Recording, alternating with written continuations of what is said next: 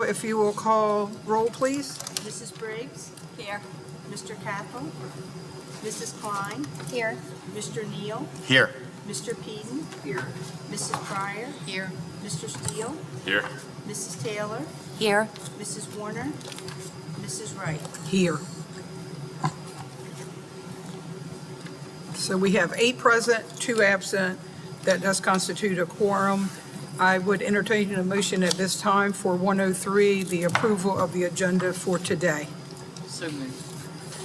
I have a motion and Second. a second. All those in favor signify by saying aye. Aye. Opposed? That is unanimous. We come to a point in time in the beginning of our board meeting that we have a time for public comment. Are there anyone, No one is signed there up. anyone signed up? No one is signed up. Is there anyone that wishes to speak? Seeing or hearing none, we will move on to new business 3.01. Yes, thank you, Mrs. Wright. Good morning, everyone. Thank you for making time in your busy schedules this morning and a crowded day on our streets to get here and participate in a board workshop for us. We're happy to be able to offer many topics this morning. DSBA Executive Mr. David Tall will be here. He is arriving around 9 is when we scheduled him, so that's 3.01. So I'd like to go into 3.02 to cover a couple topics before he gets here. Prior to the board meeting, you did receive an agenda and in board docs. The agenda is there. There's a presentation that's there. When Mr. Tall arrives around 9, I'm going to ask you to close down your Chromebooks. Just close them. They have about a 3-hour lifespan, and I don't think we'll need them open for the entire time, but I want to close them up when he's here because I believe he has handouts. We're going to take a break right after him, and then we'll open them back up, and Mr. Mann will get us logged back in. So that's going to save our batteries for, I think, about that hour or so that we're going to need. I'll remind you when we get there, but that'll occur. But to start this, and with our topics, please, the workshop is for you and questions, information, and to provide us with information that you think is helpful. We're going to take plenty of notes, and certainly we'll be able to expand on whatever we discuss moving forward. I think we've captured quite a bit of what we wanted, but there may be topics we need to bring back for a later date. Happy to do that. We do have an exec session scheduled for the end. We have a brief personnel agenda that we'll cover, and then some additional topics that are exec session topics that we'll cover right at the end. And our goal is to be done no later than noon. Okay? So the first thing I want to cover this morning is something that we spent a great deal of time on really before COVID. COVID got us sidetracked, and obviously we got diverted, and that's our strategic plan. So you do have an attachment in board docs that with an electronic version of the strategic plan. However, you have a hard copy. We have hard copies of much of the information this morning in your, some of the information, but a lot of the information is electronic within your board docs. If you're having any trouble, please let me know. We'll get you squared away. And their slides are numbered, so you should be able to, if you don't know the slide, just ask me, I'll get you to the number. But we're talking about slide 3 on your board doc presentation. And again, you have a hard copy right here of the strategic plan. So a little history, we engaged with a group called Hanover Research Firm that helped us to begin to develop a strategic plan. They provided us with a great deal of information, helped us to generate our surveys, which went out to various stakeholders, including the community, our parents, our staff, to kind of help us understand the needs of the district and guide our directives with the strategic plan. COVID got us sidetracked, and we re-engaged once we got back to school and really did a lot of our own homework at the cabinet level. The directors, Mrs. Blandard, myself, did a lot of research around what strategic plans look like nationwide for school districts, and that was extremely helpful. And that helped us to get to the strategic plan that's in front of you now. board approved back a year ago, and it is a 5-year plan to 2028. So we will re-engage that once we get closer to the sunset of this plan. But this is really our driving force with everything that we're doing in terms of setting goals, setting a vision for the district, and we try to link everything back to this strategic plan. When I'm presenting out to the community, when I'm presenting to our staff, when I'm presenting to administrators, I like to include this slide in full, or at least the pillars: the deeper learning, relationship-centered schools, operational excellence, and impact-focused service. So when we're able to link that back to everything we do, it helps to show that uniformity in our vision for our district. So I want to take just a few minutes and go through each of these pillars and give you an opportunity to ask questions around. These are the sub-bullets, how we came to those, how we build off of those, et cetera. And Karen, can you talk a little bit about, even behind these sub-bullets, we have, and I believe just it's again a more formal strategic plan around how we address those. Can you share that briefly before I go into the Yes. sub-bullets? So we developed a series of action steps that would speak to each of the bullets in the strategic plan.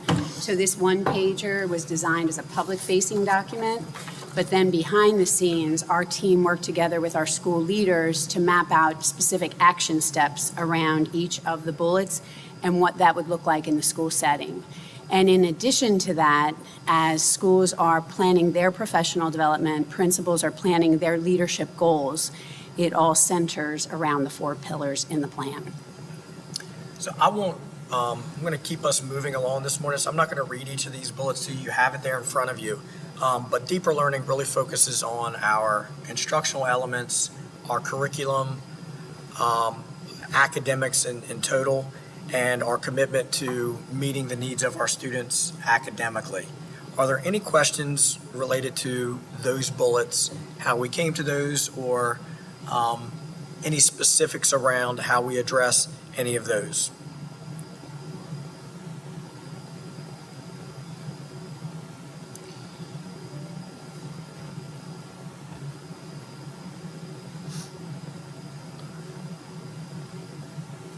Okay. Jay, did you have any parents or community members help develop this?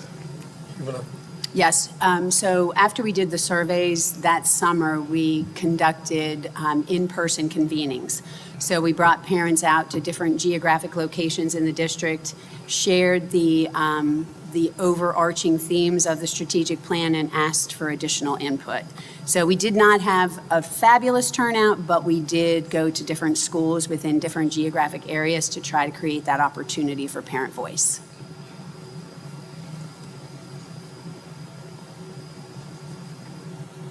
Is there a location where you have like your action steps for each one of these Yes. that people So- can bring up and look at? Yes, so they're listed on our district website. We also have them, we push them out annually with schools. So when principals are doing their opening week with returning teachers, they're able to connect to the action steps and prioritize some of the areas that they're working on within their specific school. But this one pager and the action steps are located on our website. And your method of evaluating the success of each of the action plans is through the assessments that are given in the schools, or how are they evaluated for accountability? Right. So I try to link my goals, which we'll go over August, September, I believe, to these as well. So the superintendent's goals, but also our administrators' goals are linked to these as well. So you'll see elements of each of these as part of their individualized goals. And we analyze it just as a district internally, as a cabinet team. When we are looking at our progress, these are our driving points.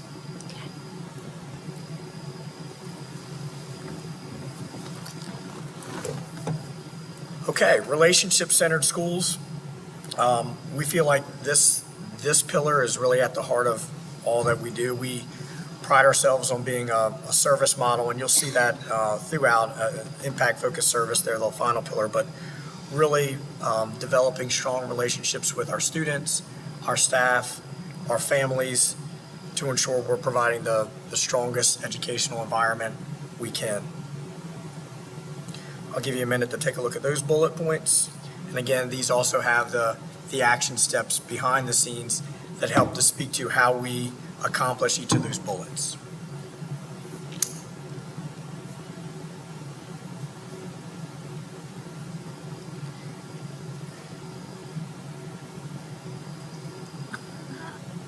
Have the stakeholder advisory teams been formed? So we have the committee meetings, which don't, anybody that's been to those, we don't often get a lot of outsider groups that become part of this.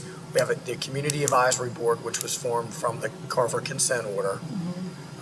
Again, our committee meetings, which do not really engage what we want, it's just they're not well attended. So our hope is to create more specific, I like to create student advisory groups as well as a parent advisory group. Later today, we're going to talk about what has occurred during our Futures Committee. We have a lot of community members, primarily community members as part of that. That's been a driving force with the information you'll hear in a little bit. But I think from that, as we get into the referendum discussion, it will be important to have a standalone, just a community advisory group that can work in conjunction with our other groups. On the third bullet, build an inclusive school climate where all students, I'm just asking, was there a reason that staff feel safe and supported and engaged in positive relationships? I see down on impact-focused services a lot about staff relationships, but when I was reading over relationship-centered schools, I just wondered if, we really want to build a positive connection with our staff also, where they go to school and feel safe to teach and want to come to Indian River School District. I can't recall how we went and, we locked into that exact wording, but I do agree that staff is important there.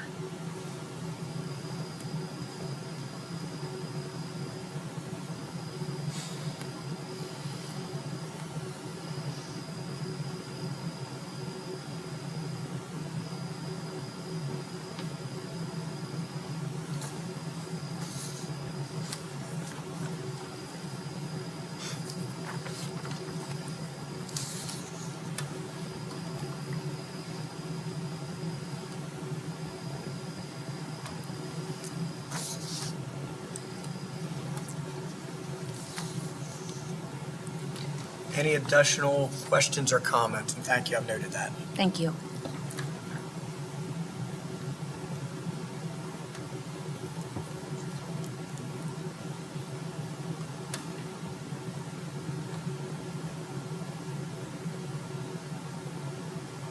Okay, operational excellence. You can see the bullets there, and we do, and I think you had said this, Mrs. Taylor, provide safe and clean environments for students and staff, but certainly under that relationships piece, it could fit there as well. But you can see this is more on the operational ends of the organization and how we provide safe, orderly, clean environments for everyone.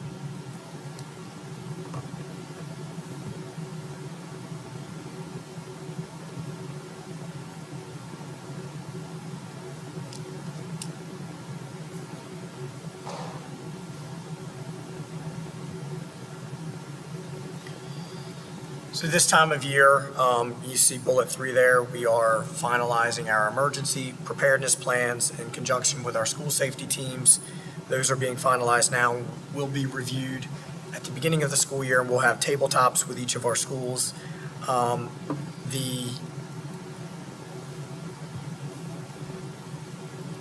operational element of this, you can see the state implemented those of you that were on the board a few short months ago, the state's new initiative to conduct the walkthroughs at each school to analyze the safety and operational elements of those individual schools. Mr. Dooley took that on with the chief custodians, did a nice job in my opinion. So we will expand upon that. That's an annual walkthrough.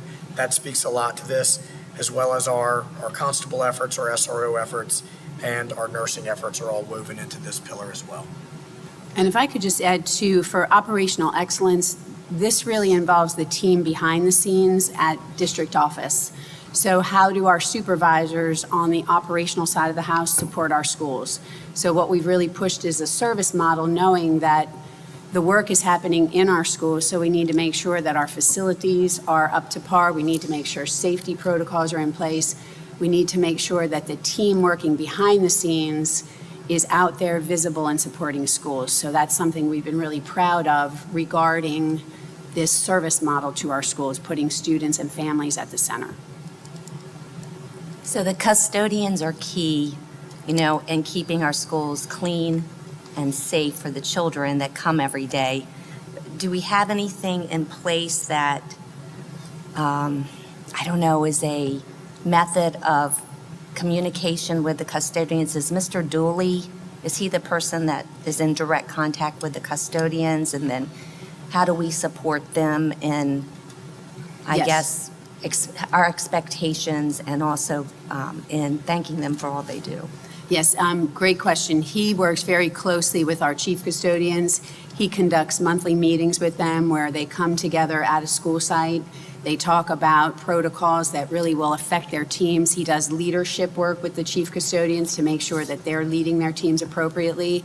And then he really supports the principals if there are needs at a specific school. So he will consult with the principal, the chief custodian, to make sure that we're taking care of the items that need to be addressed. So it's really kind of the balance between leadership support and then also the accountability to make sure that our schools are up to par and we're supporting the teams as much as possible. And keeping them motivated. Yes, absolutely. And they do a phenomenal job. There's a lot of pride in the work that they do, and that's something that we want to continue to support them with, especially if they need equipment, training, any of the things that will help them to do their job in a more efficient manner. We want to be part of that conversation with them. What does it mean within the strategic plan to provide meals for all? Is it like free meals for everyone? Is that a goal, or is it? So, Mr. Toomey could probably answer this a little better for us, and I can get some more specifics if needed. I know one of his drivers is just nutritious meals for all students, and there's the free reduced meal program that he participates in through the state and federally as well. So I'd have to have him answer some of those specifics, but I know that his goals are to provide the most nutritious meals, obviously, Right. meeting the criteria that he needs to meet on a daily basis. And thousands of meals are served daily, breakfast and lunch, obviously. So that's a driver for him. But specifics around free and reduce, I think I could ask him to come back at a board meeting and maybe give us a little presentation on how that works. Yeah, I think state legislation might have just changed I saw too that, for that. yes. So, okay. Yeah. And during COVID, there was a push nationally to provide free meals to all students and families, especially when schools were closed. So his folks were out on site at various school locations where families were coming to pick up bags, bagged lunches, meals to support the family.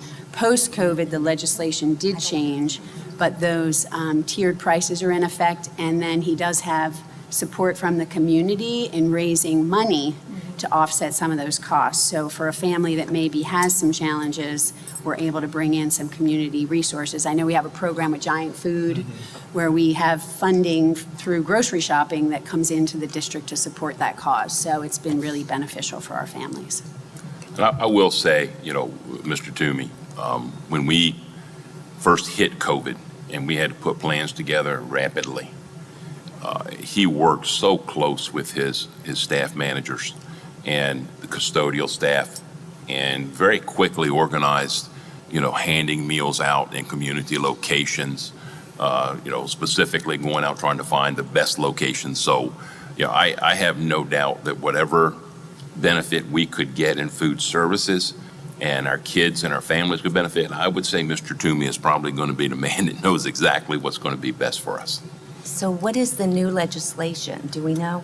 I just saw it come out, so I want to dig into that. I don't Right. want to misspeak on that, and Right. I do want to talk to him, but I'm sure he can give us some specifics. So as soon as we have that, and if I can push something out this week to you, I will as well. Thank you.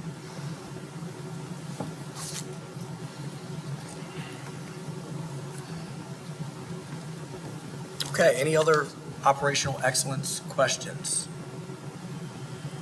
Okay, impact focus service, this speaks to, it's kind of broad, but it certainly speaks to our policies and procedures. And I think that our policy committee is essential to our operations. Obviously, we have a rotating review of policies that don't come up through a natural need. So every policy comes up through the cycle of review. We have many with an organization our size, and when there's a topic that needs attention, we bring that back to the policy committee as well. So what we've done in the past is run the policy through the committee twice, comes to the board for additional review, then we push that out to our staff. This year, Mrs. Blannard and I had discussed those policies. Should any new policy that's been either just reviewed or amended, we want to take that back to our monthly combined principals meeting. We meet with our principals monthly and dig deeper into that with them to make sure that they are fully aware.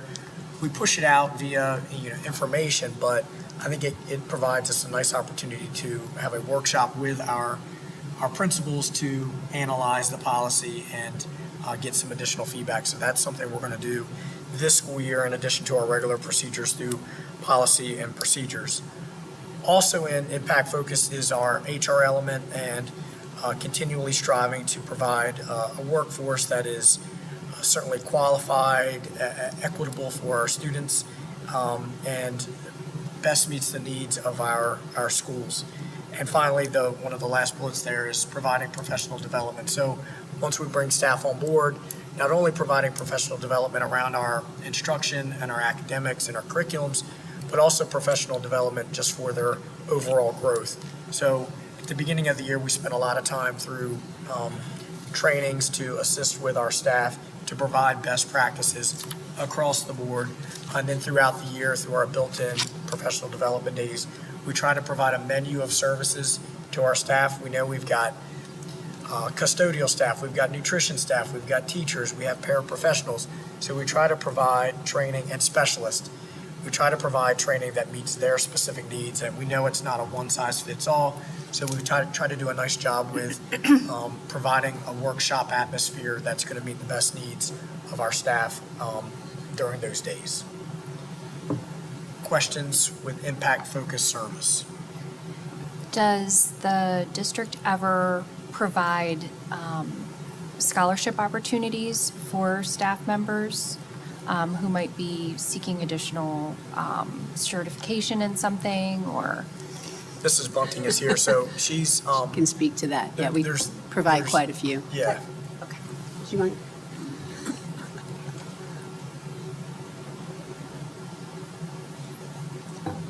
Thank you for the opportunity to ask these questions. Oh, absolutely.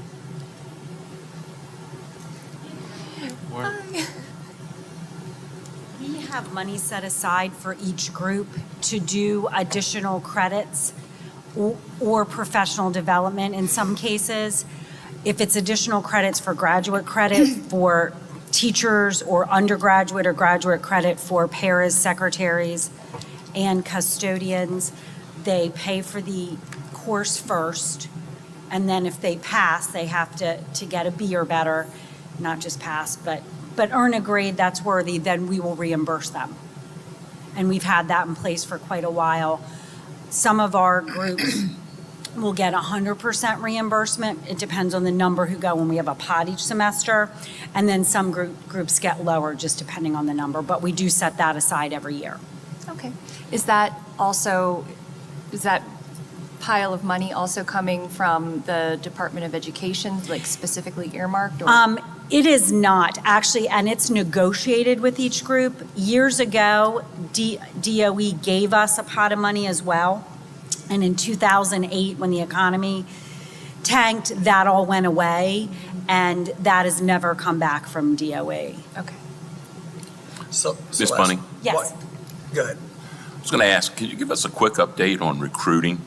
And what we hear about a national state shortage. Sure. Where are we now compared to where we were 5 to 10 years ago? So recruiting has changed drastically. So I will be starting year 19 in this job in September, and we used to go to in-person recruiting events. That's what you did. You met with people in person. It was starting to change a little before COVID, but COVID really catapulted that into a different direction. And now, other than UD, Salisbury University, and UMES, which Salisbury University and UMES have an event together, and Dell State, we don't go to any other recruiting events because very few people go. We attended a couple this winter, and there's one in Ocean City that we actually started years ago and then turned it over to DOE, where we'd have 200 applicants. We had 10. And there was one in Baltimore, right outside of Baltimore City, that was co-sponsored by DOE and some other states. There was one applicant, one. And in the past, there would have been hundreds. So it has changed drastically. I don't know if you notice on social media, we do a lot of our recruiting, Indeed, LinkedIn, we post on our website, and that's how we do a lot of our recruiting. The Join Delaware Schools is the recruiting portal for the state of Delaware, and the different districts, you can either belong or not belong. We do belong to that. And then people interested in working in the state of Delaware apply through that, and you can apply to one district, multiple districts, but that's the way that we do get our recruiting. Another thing that's changed drastically, alternative routes to certification. When I started, people typically went through the traditional teacher route. And we may have one or two, we call them ARTCers. And that's someone who went to school for a content area. Maybe they went to school to be a journalist, or they went to school to be a scientist. And then they've decided to go into education. There's a program where they recognize their content area, and then they have 2 years to either get a master's or get the courses. It depends on the university that sponsors it. And then they get the pedagogy for that.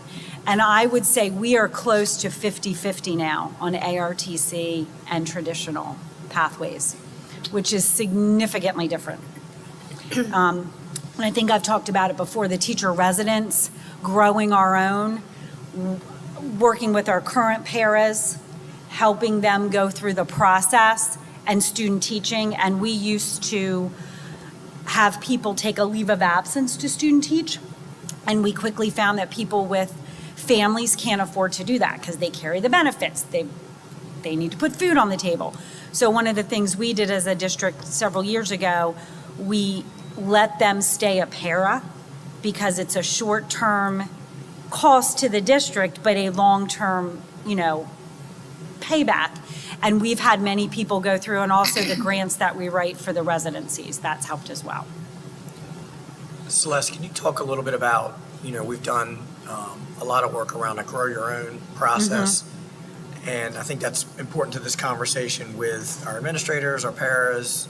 You talked a little bit about the teachers and providing their scholarships. Can you, and students in our Sure. pathways for education, can you share a little bit about that? Sure. So one of the things, when I started years ago, we had a teacher to administrator program, ADP, and that was the first Grow Your Own.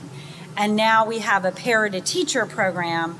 I would call that the second phase of Grow Your Own. And now that we have teacher pathways in both schools, one of the great things that we did this past year was we had these students take the Parapro and the Praxis 2, and it's written into our grant, and they come out credentialed, which is a great thing because one of the state goals is when you're in a CTSO program, the Career and Technical Student Organization, and the CTE pathway, that they come out with a credential. So they'll come out ready to be a para in our district, and or if they pass the the Praxis 2 in education, they'll have that under their belt to be a teacher, so that helps them. We also hired a couple of our seniors to work summer school this year. And this year with some of the grant money that we have, seniors in the teacher pathways at both schools will be able to go out for the work study and work in our schools. And the money that we pay them comes out of a grant. And research shows the closer you can, or the sooner you can get them connected to your district, then they'll come back. Because people tend to come back to districts they student teach in because they know. And what our goal is to stay connected to these students throughout the process so that then they'll come back to us. Also, we have a chief custodian leadership program. We don't do it every year, but we do it every few years. Joe Dooley will be new to this, and he will do a great job, but also training up our current custodians who are interested in being chiefs on leadership, on what that looks like, on progressive discipline, on evaluations. So we'll either do a new cohort this winter or next winter, depending on the need. Celeste, do you know the local universities and colleges here in Georgetown, do they offer the opportunity of certifying teachers? I know you can become a teacher if you go to Salisbury or Newark, but if someone wants to go through the SEED program locally, are there pathways to become certified? There are. Del Tech started a 4-year teacher program. This will be their second cohort going through, and we've partnered with them for the teacher residents that we talked about before, and I think this past year we had 14. And this year coming up, I think we have 10. So that allows students to stay at Del Tech. It's a very competitive program. And it's interesting, some of the kids don't get in. So their standards are high, which is great. So if they get into that program, they can stay at Del Tech their whole way through, incur zero debt, and get paid as a resident their final year, which is great. If they don't get into that program, or if they choose to go to another program, WilmU also partners with Del Tech, and so does UD. WilmU, they go their first 2 years at Del Tech and then go to WilmU. And University of Delaware also has a class on the Georgetown campus. Dr. Scott Likens teaches that, and then the students are on in Georgetown the first 2 years. Eventually, they go up to Georgetown. But the Del Tech program, with that 4-year program for students who know they want to stay in education and want to stay here, it's a great program. And for this year, we had 14 residents. One of them chose to go back to Maryland to teach, and we captured all 13 in our district. So it's one of our biggest pipelines for teachers. What's the current status of teacher filled positions for this year? We were doing really well. We're still doing well compared to some districts. We noticed the last couple weeks we're starting to have movement among districts. Right now, we have a few special education positions open. We will post an ELA position at one of our high schools and a couple elementary positions. We have started to bring pairs back as well. We always fill the teacher positions first and then the para positions. So we have a few openings, but we're doing well compared to some other districts. All right, I'm going to say this. I guess nobody, the question I have on my mind is, what's happened? We used to be able to go to the University of Delaware and have so many positions, we could fill 90% of our positions that day. Right. Why don't we be teachers anymore? Well, Look, just there's Just a put it out there. variety. So look, there's a variety of reasons. It was starting before COVID. I think in some cases, teachers got a bad rap from the public in some cases. I think unjustly so, because I come from a family of educators and have been in education. I think discipline can play into it. Pay can play into it. I think COVID really played into it. Again, I think our district, we do a great job of attracting teachers. I wish we had them waiting in the pipelines, like years ago. Because years ago, you may not hire your 20 waiting, and they would sub, and we'd have an additional pipeline. people are choosing not to go into education as much. And I do think they can go into private industry and they, want to do a variety of things. And as far as the in-person, young people these days just don't go in person as much as they do the social media. It's changed a lot. And I think by doing Zoom now and doing the meetings and the different ways we communicate, it's so much easier to communicate that way. Mark, I do coming- enjoy in person because I think it's more personal, but I'm old school. Coming from a teacher family, my father was a teacher, my wife and my daughter now, the biggest complaints I hear are the discipline. So many badly behaved students and teachers cannot do anything about it. They know teachers leaving early because they're so frustrated and burned out, can't do anything with the discipline. I know high school kids that don't want to get into the teaching field because they see it's out of control. We cannot, I don't know if it's state regulated, federally regulated, but we can't touch these badly behaved students, and teachers are tired of it, they're burned out from it. And Jerry, I bring this up, and I'm going to tell you why. Interviewed by REA, talking to people out in the community, this was always the number one thing popped up. I'll just give you some specific examples if you want.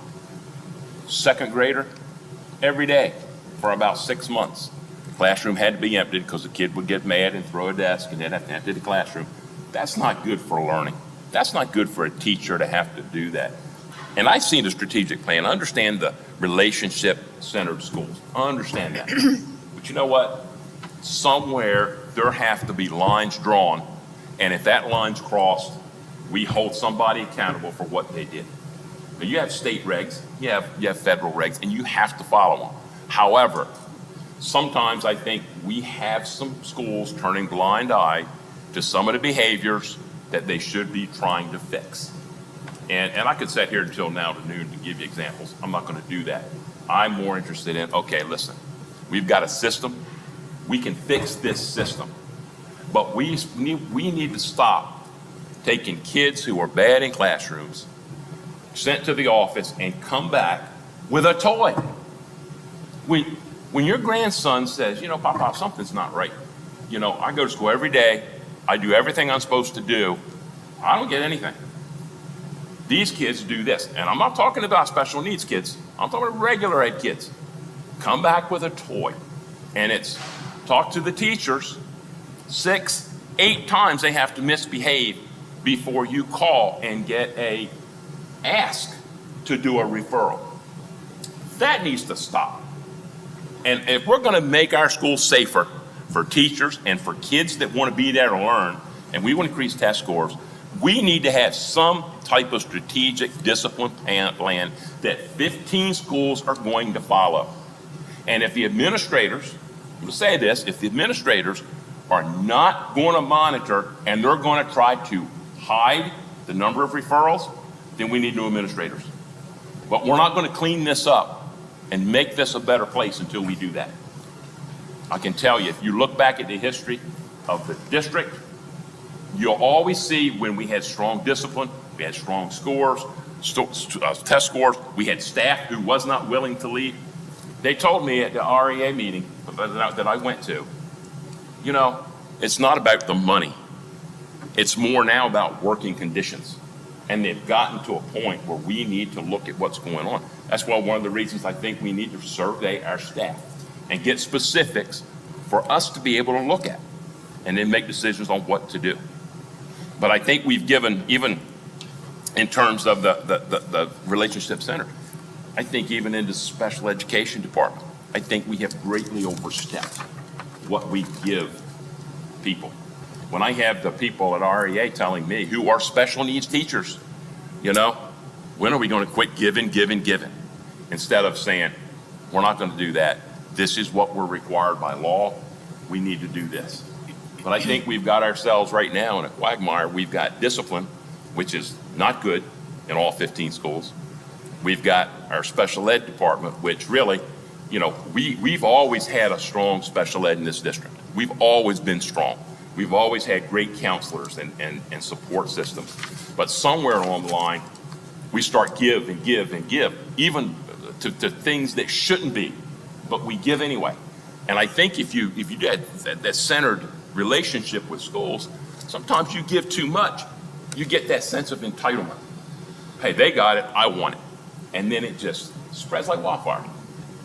So somewhere we've got to get back, I hate to say it, back to some basics and say, look, we've got some issues here we need to deal with. Let's deal with them. Let's systematically set something up so that we can move forward to make it better. So we're not scrounging to find people. We get people who want to come to us. But we're bleeding people. I said this before, Cape Pedal Open. I mean, every time something opens up. And I've got friends that work at Cape who tell me, you know, I work for Indian River, but Cape does it a whole lot different than Indian River does now, and it's a lot better place. And that's something we've got to look at for people. We have to look at it. I mean, I know there's state and federal regulations, we would have to, but maybe more creativity at our local. Yeah, I just think if you're going to try to, you know, sympathize all the time, it's not going to work. It's going to make it worse. Look, Jerry, I know your dad is a basketball coach. I've heard the stories. I mean, you know, good discipline makes the world go around. And if you use your staff in setting up your discipline plans in school and listen to your staff, you'll get a lot better buy-in and you'll have a lot better environment because the teachers will believe they have input. And I just think that's what we do. And instead of making all the decisions here to filter down, maybe we should start looking down here at what's best for our school, what can we do to make this better, and start listening to the people that are on the front lines and say, all right, well, let's take this and let's see if we can't manufacture something that's going to work. And I know some things in the state, I know some things in the federal, I know they kind of bind you a little bit, but I think we're worried too much about them binding us. I think we're worried a little bit too much about the Carver Initiative, which should be on about year 5, I believe, if I'm correct, that, you know, we don't want to ruffle feathers, but I think legally, and I've said this before, I think we need in this district a very strong legal representation who knows the letter of the law, particularly in special education, to say, no, that's too much, we're willing to fight for it. I'm not real sure how much currently we have our representation fighting for us in that line. It seems that there's too much, well, let's settle it and move forward, instead of saying, no, that's too much, that's a little over the line, let's pull it back in a little bit. So there are a lot of things I think we can do and really change some things that are going on. Right now, our staff in our schools, I think, is going to be critical for us moving forward and keeping quality staff. And that's what worries me a little bit. Thank you. I can speak a little to that. During our Admin Institute a week ago, we spent a considerable amount of time analyzing our data, looking at how we responded to infractions. Yes, since COVID, behaviors increased drastically. We're hoping that those are on the decline now that we've gotten back to the normalcy. One thing that we did to address some of this was try to identify, you know, on our we have a discipline matrix that helps to guide schools. If a student acts out in the class verbally, physically is differently, verbally, here's how it's handled. Visit to the office, visit to the counselor, however it's outlined there.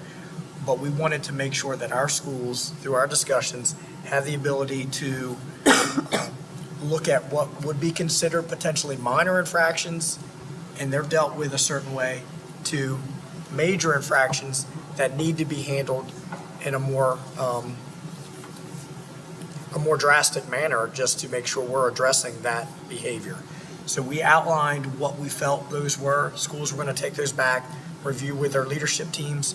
So we wanted to look at that because the matrix isn't a one-size-fits-all. You get behaviors in a classroom with certain situations, and we need to allow our staff to determine, hey, that's completely over the line. So we're trying to help to guide them in when something is more drastic, here's how we're handling it. Karen, I don't know if you want to speak a little more. Yeah, one of the things too that we saw is that, and to your point, our younger students are acting out much more, and we think that's a response to COVID. So being home in the home environment, not being in the structured learning environment, they came back and they really were not ready.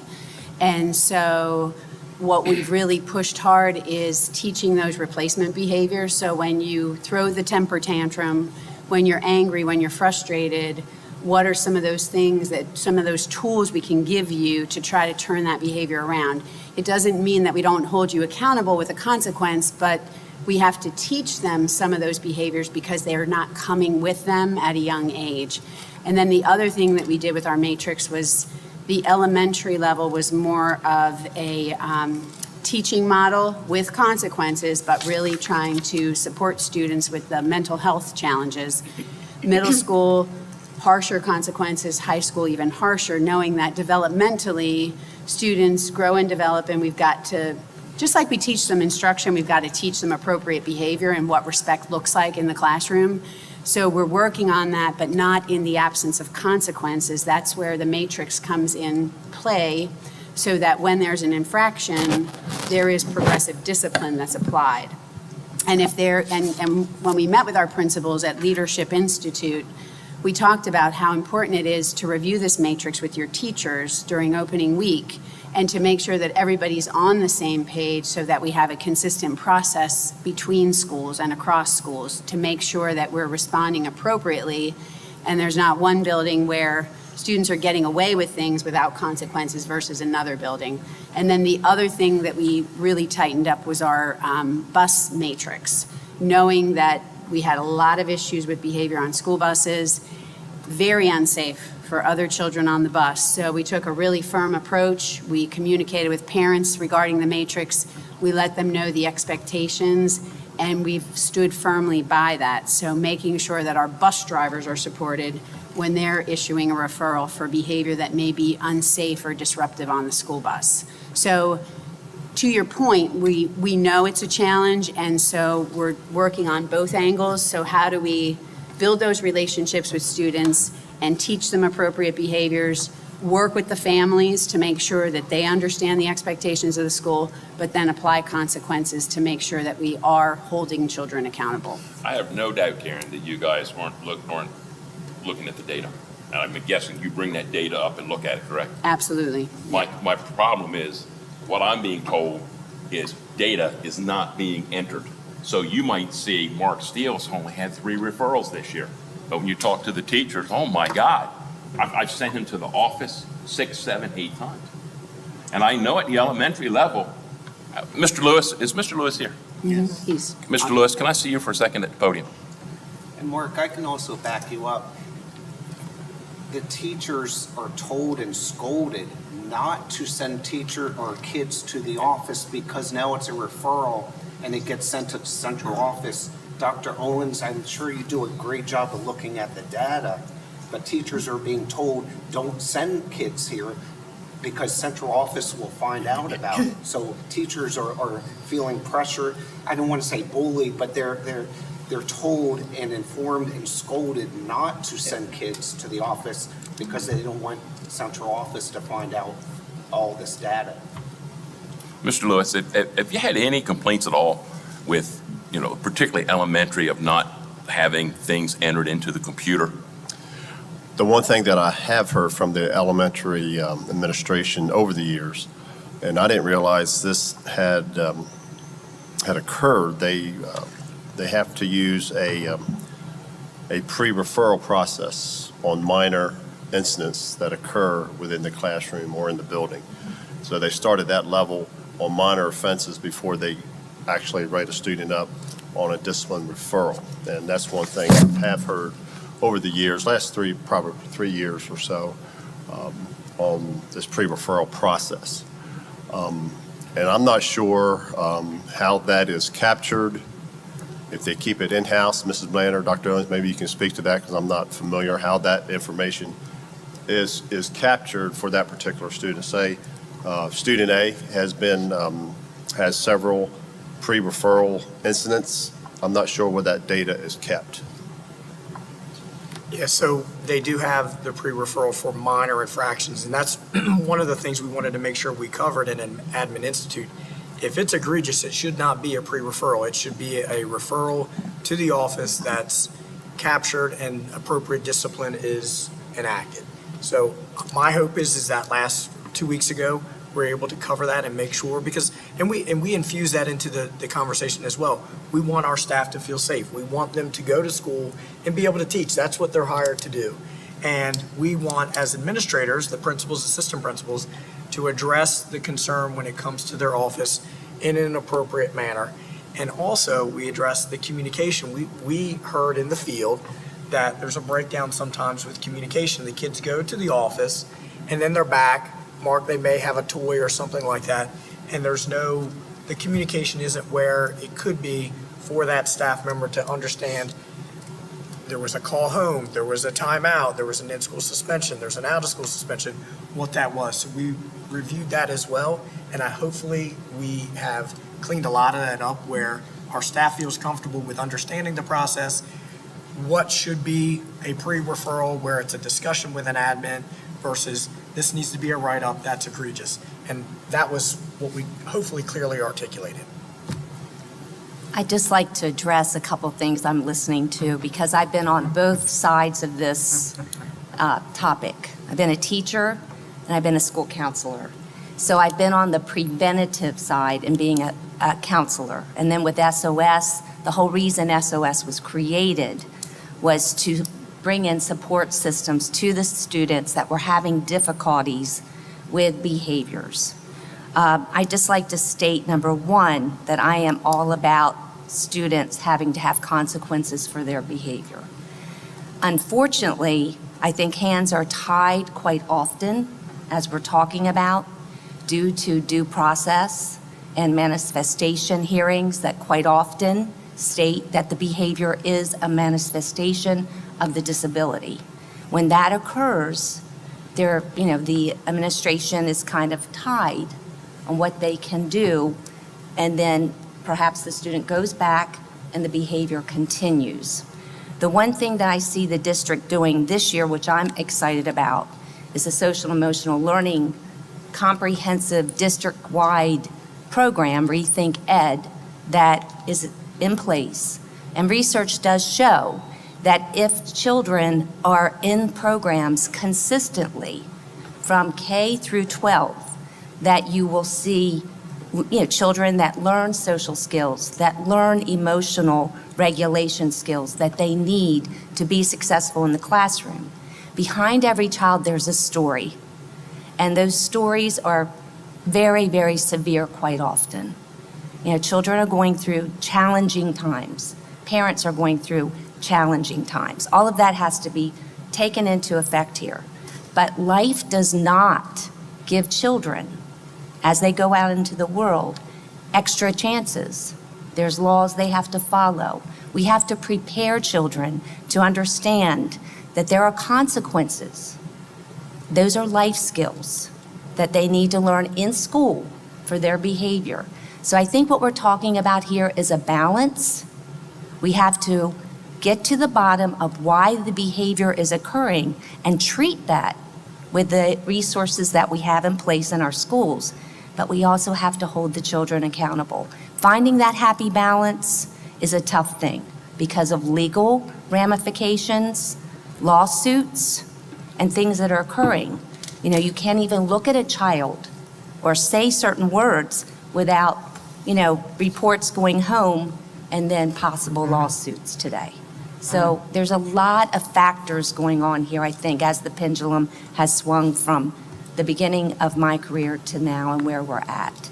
So just a few things I wanted to add. And I can certainly appreciate what you're saying, Ms. Taylor. And I see discipline every day. That's one of the things that I do. And just talk about a high school student. I can look back on that student's behavior, and it's that same type of behavior from when they started elementary school. So the behavior hasn't changed at that elementary level or that middle school level. And now that same student is in high school with all of the same behavior. So you're exactly right, something is not working. Right. Something is not working because that behavior, we're asking very simple for the behavior to change. And it hasn't. And I see it daily when I'm looking at a student's discipline, when a building principal calls and I'm looking up a particular student due to this discipline that they've had within that building, and it hasn't changed.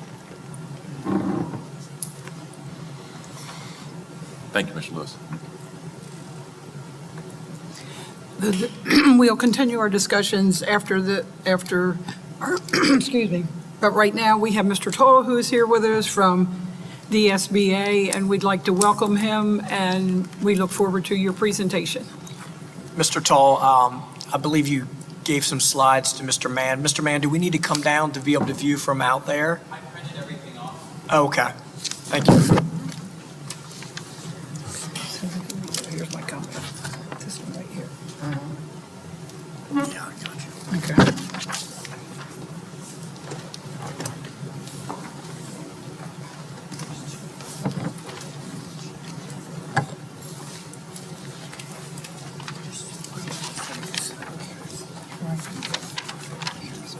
Okay. Thank You saw you. that recently. Yes. Okay, thank you.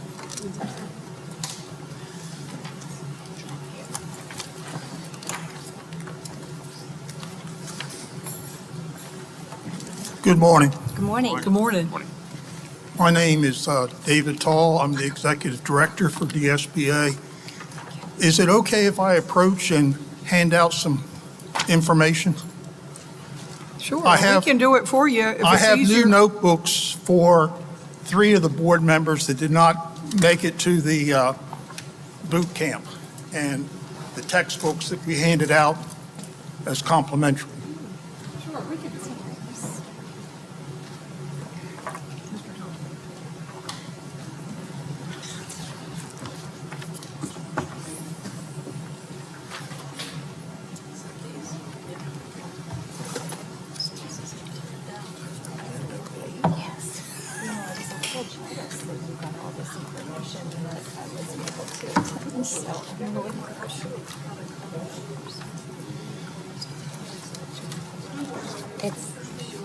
It's Anita, Kelly, and Mark.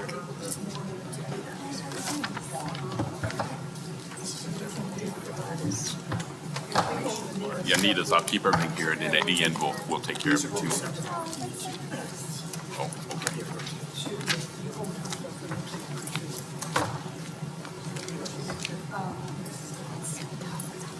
Thank you. How are you, Miss? Oh, my goodness. How are you, Mr. Tall? It's good to see you again. It's good to see you again. I wish I could make that luncheon. It sounds like it's going to be yummy.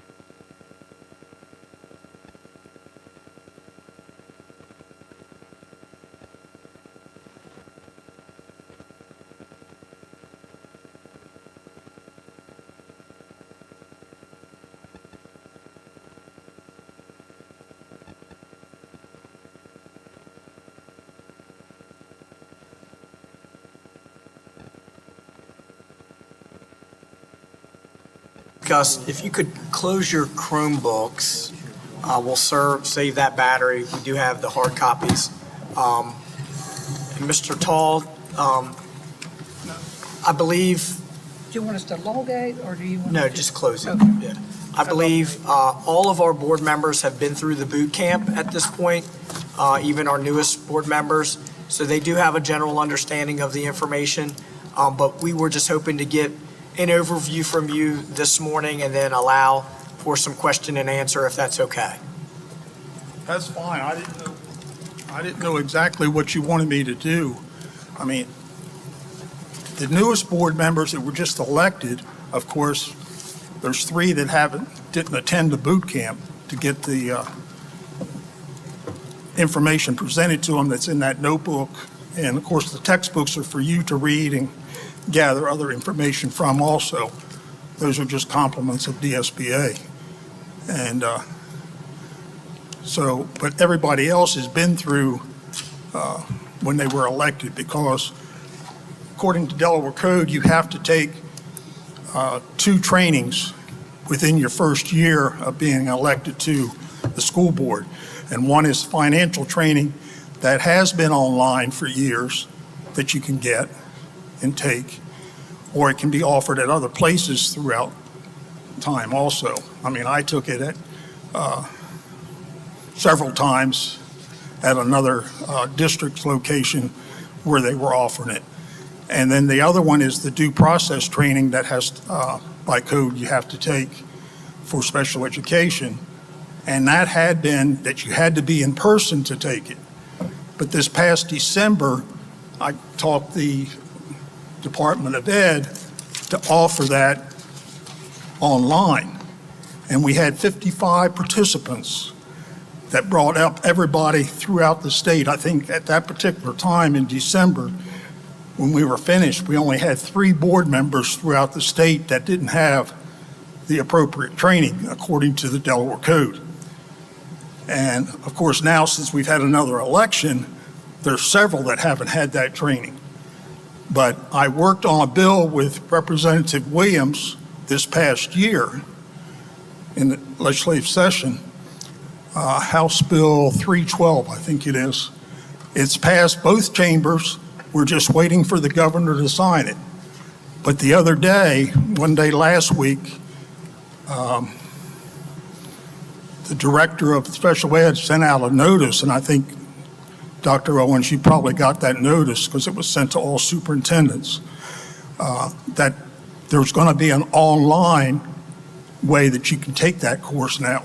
So that will be through the PDMS process. It's our online system where we access our trainings. I'll push that out, but I didn't want to push it out until you have directions on how to access PDMS. Some of you have done that in the past. Mrs. Daisy in the back, excuse me, Carissa, Mrs. Daisy in the back is going to give us information on that.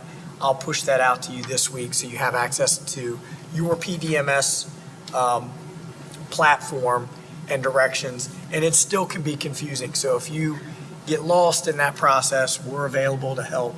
I wanted to give you everything, so we do have that. Thank you, yes. Okay, very good. Like I said, we're just waiting for the bill to be passed, but they sent out the notice actually before the governor signed the bill, but it will be signed. I just don't know what date it will be, so that's where we are on that. Any questions? And at any time, you have my numbers and email. Please don't hesitate to get in touch with me. I'll be sure to get back to you. Okay?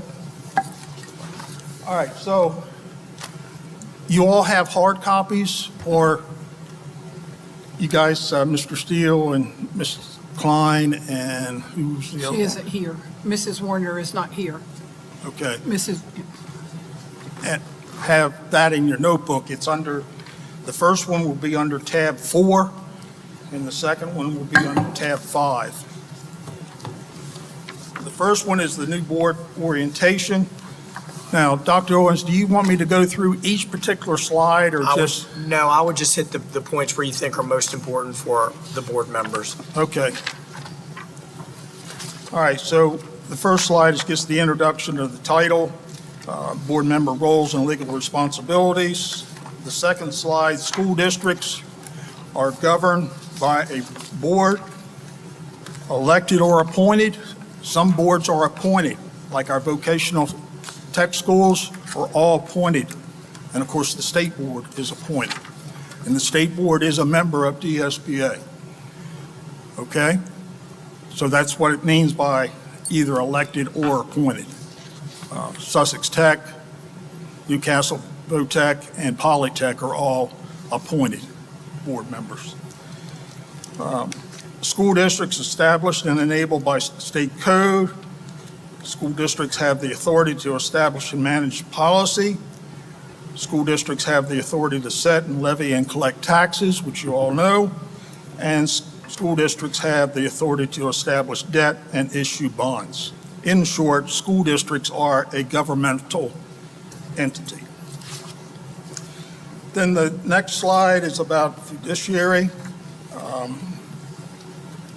If you move on to the next one, the legal fiduciary duties of board members are broken down into 3 duties there: the duty of care, the duty of loyalty, and the duty of obedience.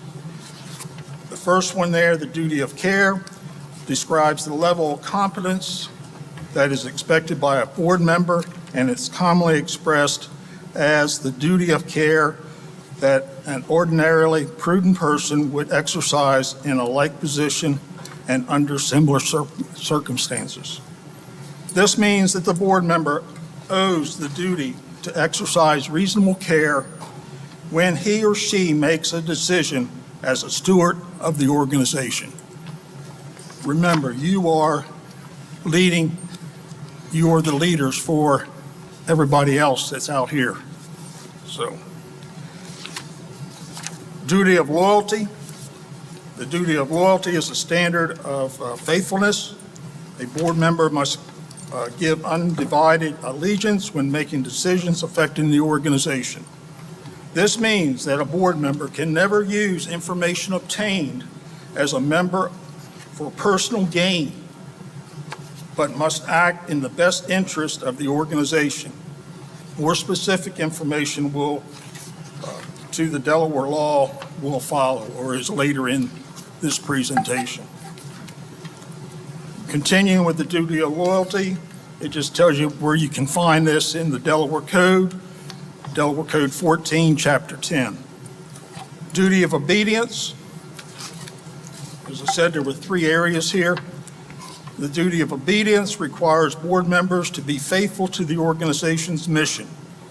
They are not permitted to act in a way that is inconsistent with the central goals of the organization. The organization is the board. The basis for this role lies in the public trust that the board will facilitate the management of the district's funds and to fulfill its educational mission. Next slide continues on saying a little bit more about the duty of obedience. Can be seen and viewed as an extension of the duty of loyalty. In other words, they're kind of tied together there. The duty of obedience and the duty of loyalty. Moving on to the next page, slide, it gives you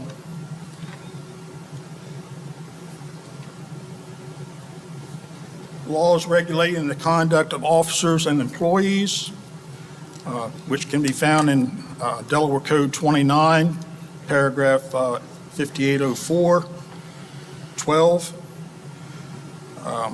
For the purpose of this subchapter, the state employee means any person who is elected or appointed school board member, thus establishing that you, as an elected or appointed school board member, are subject to and must comply with the law of Delaware. You got to comply to the law of Delaware. Whatever it says, that's what you should follow. Continuing there, talking about a close relative means a person's parents, spouse, children, natural or adopted, siblings of the whole or half blood. This definition is important and will become evident as the discussion continues. Laws continue on the laws of conduct of officers. Section 5805 prohibitations relating to conflicts of interest, restrictions and the review of disposition of any matter in which you or a close relative has personal or private interest. Like when I was on the school board, it came up, my daughter is a guidance counselor in the school, Seaford School District at the high school, and when it came up that we were talking about she was going to be given money extra for working in the summer, I had to step out or off or abstain from that because she was a direct relative. I cannot vote and say and give that pay to her. Everybody else could, but I couldn't do it because she was a close relative, my daughter. So, Could we clarify that? We were told classes or groups, for instance, my wife is a school teacher, yet I can vote for a raise because it's not directly oh to yeah, her. for that, yes, when it's a larger body. But this was individually picked out and separate, then that's a different. But if you're voting on all teachers receiving a raise and then you have a relative that's in there, like my daughter would be in that particular same position, I could still vote, yes. I didn't have to abstain from that. You're correct, Mr. Peden. Thank you.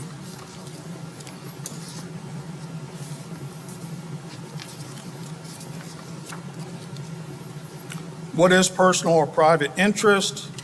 Any interest that impairs your independence of judgment in the performance of your duties with respect to that matter. Continuing, the next slide continues still talking about laws and regulating the conduct of officers. I don't know that I need to go through all of those. You can read those on your own. I'm not going to take the time here now. And the next 3 slides also continue with some more information about that.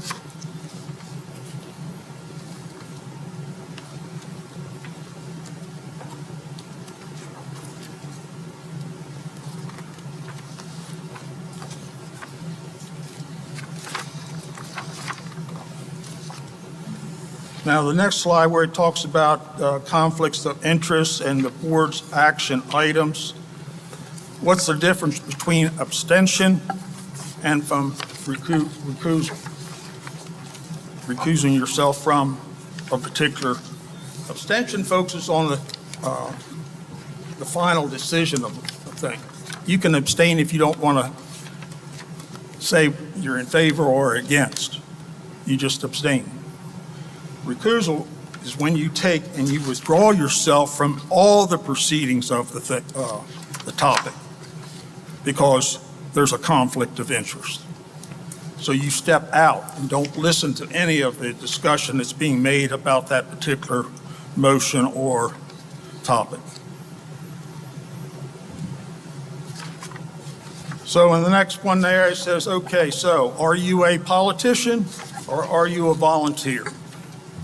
Are you Democrat or Republican?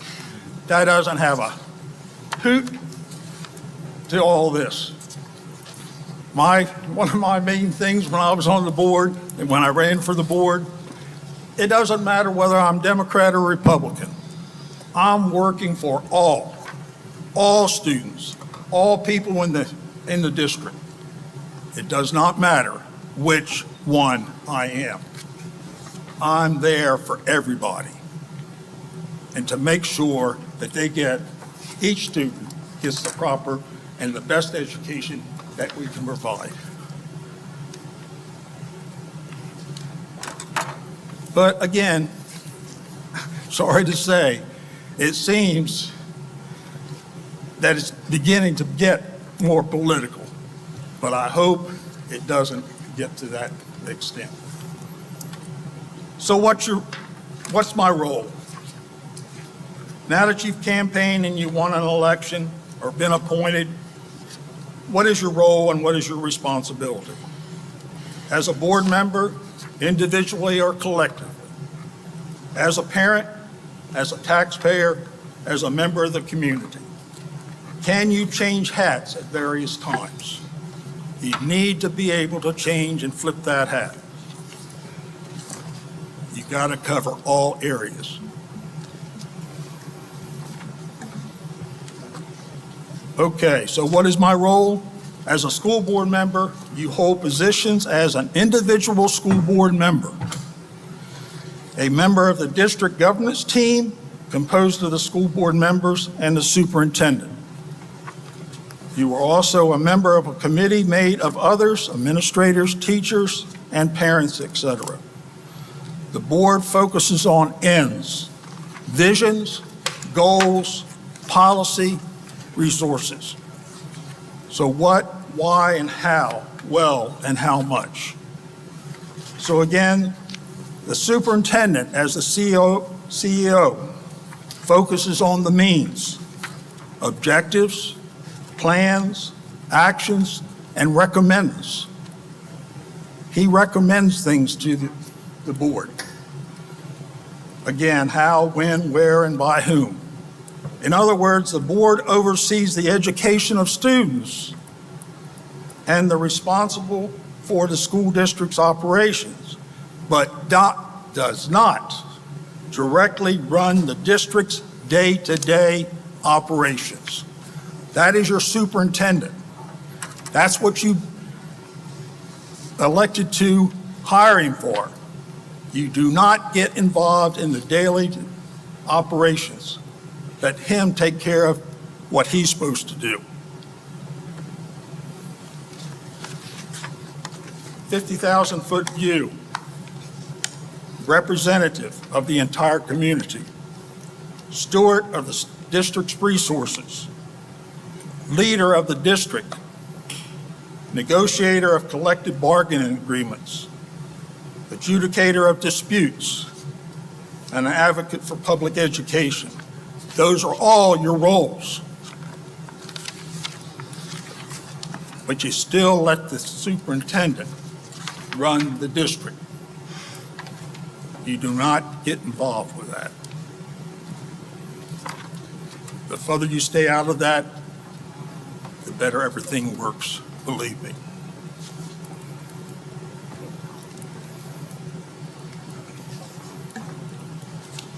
The next one, key work of the school boards. There's a graph there that kind of divides up the vision, relationships. I'm having a little bit of trouble trying to look at this as a small print here. Accountability, policy, and leadership, relationships. And then it goes in and talks about each one of those. And I'm not going to take the time to do that. You can all read that on your own. It talks about the vision, the accountability, policy, community leadership, and relationships. Under relationships, both the school board and the superintendent must have leadership roles, and they are interconnected but different. They're different. Again, as I said, let your superintendent run the district. But that, just to clarify that, that's saying run that district based on the policies and procedures Oh, sure. that have come about by the board. Right, Right. exactly. And you are the ones, that's the only person that you hire or fire, is the superintendent. And if you see that they're not following what you want them to do, then that's a route that you take at the appropriate time. But you let them run the district daily to daily operations. But if something goes astray, we as board members address it to Dr. Owens. I know some board members in the past called individual schools and tried to address it, and that's the wrong way of doing it. Correct. So we've had some, Mr. Tull, we've had some discussions with, since we do have new board members Oh, yeah, of sure. our communication procedures, and we may touch on that this morning a little bit too, but it's appropriate just to contact myself, Mrs. Blandard. There are some executive folks, personnel, et cetera, but that helps me to get in front of it and know the conversations that need to take place. Okay, very good. On down here, there's still talking about what's my role. It says your major board responsibilities are, but isn't a major responsibility of the board to hire, evaluate, and dismiss the superintendent? Absolutely. Collective management of the employment and direction of the superintendent and chief of school officer is an action related to setting the direction of the district. Moving on, let's see, attributes of an individual board member. The slide there. I wish I had the numbers on this. Is everyone keeping up with which one it is? You're fine. Okay. All right, fine. As long as you're with me, I'm glad. Attributes of an individual board member focuses on learning and achievement of all students. All. Values, supports, and advocates for public education. Respects the differences of perspective and style. Behaves with dignity and decorum. Respects confidentiality. Participates in continued professional development. Respects the distinction between roles of the board and the administrative staff. Understands the authority rests with the board as a whole and not individually with them. You all work together as a team. It's not just you, it's 10 of you on this particular board. Some boards only have 5, some only have 7, but you guys have got 10. You've got to work together. And if there is a dissension, that a vote comes down and you don't like it, grin and bear it, because the majority rules. I had some 4-1 votes. From a 5-person board. I had some 4-1 votes. I might have been the one that was dissenting on that particular vote. But once the majority rules, I move on. I don't let it run my show. As I said, it's the majority rules. The next one gives you board member attributes, effective and ineffective. Effective is positive. Ineffective is when you're negative. Communicative, confrontational, collaborative, disrespectful. Either side there, you can read all of those. Attributes of an effective governing board, they're listed there. The tone at the top, the board's behavior sets the tone. You guys set the tone. You're at the top of the entire district, from the administration to the teachers, to the paraprofessionals and to the custodians and to the bus drivers. You need to be respectful, cooperative, integrity, compliance, responsible, non-judgmental, and customer-focused. Focus on your customers.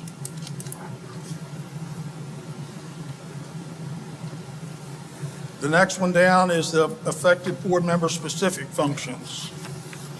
I've already probably covered some of those. I'm not going to mention any of those now. You can read those. Professional governance standards. Attributes of an individual board member: respect, dignity, education, advocate, values, diversity. Attributes of an effective governing board: respect, dignity, educational advocate, and values, diversity. A few words on the chain of command. I think this is the last one before I get to questions. A few words on the chain of command. Employees must have a clear chain of command. Who are they supposed to go to first? It shouldn't be a board member. That's probably down on the list. Unclear lines of authority create confusion and serve demotive. Perception to too many bosses create toxic working environment. The superintendent's authority must be commensurate with responsibility.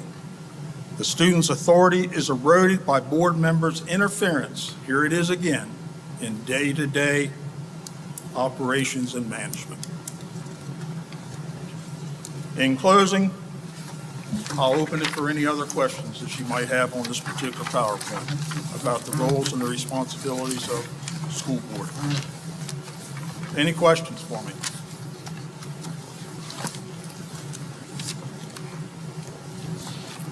No questions. That's either a sign I did a good job or I didn't. I don't know. Thank you, sir. I hope I covered it.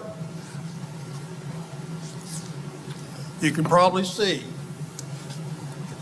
that I'm a strong advocate for public education. I taught for 30 years in a neighboring district. I've lived in Seaford all my life and still do. And I commuted to Cape Henlopen for 30 years. I've been out, I guess now, 23 years. I've been retired. I decided to go for the Seaford School Board. I had some people that asked me about it. I had people ask me about being on the school board while I was even teaching in Cape Henlopen School District. But I knew at that particular time I did not want to do that. I mean, you can, teach in another district and be on your hometown school board.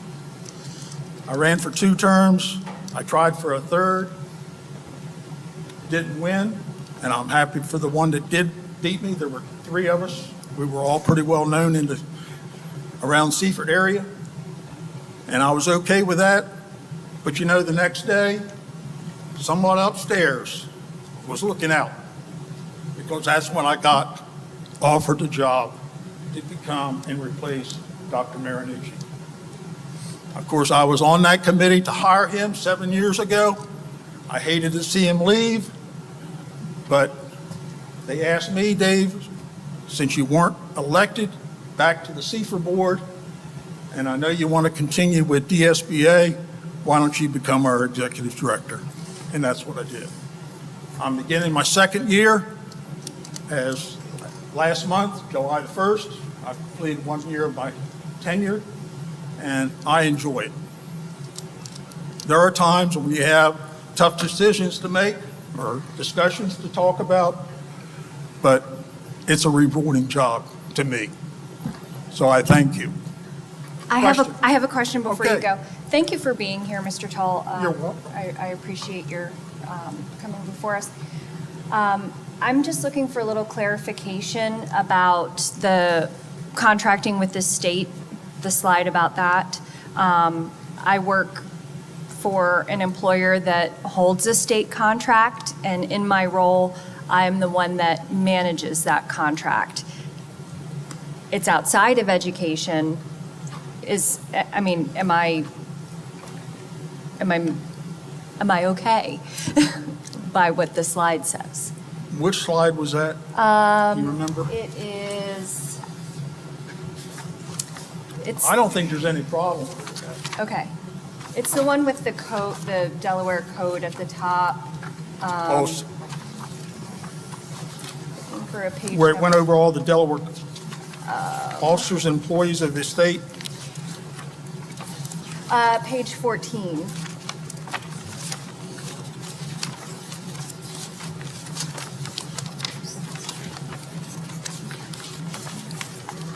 Or do you mean slide 14? Slide 14. All right, I don't have these numbered in this notebook.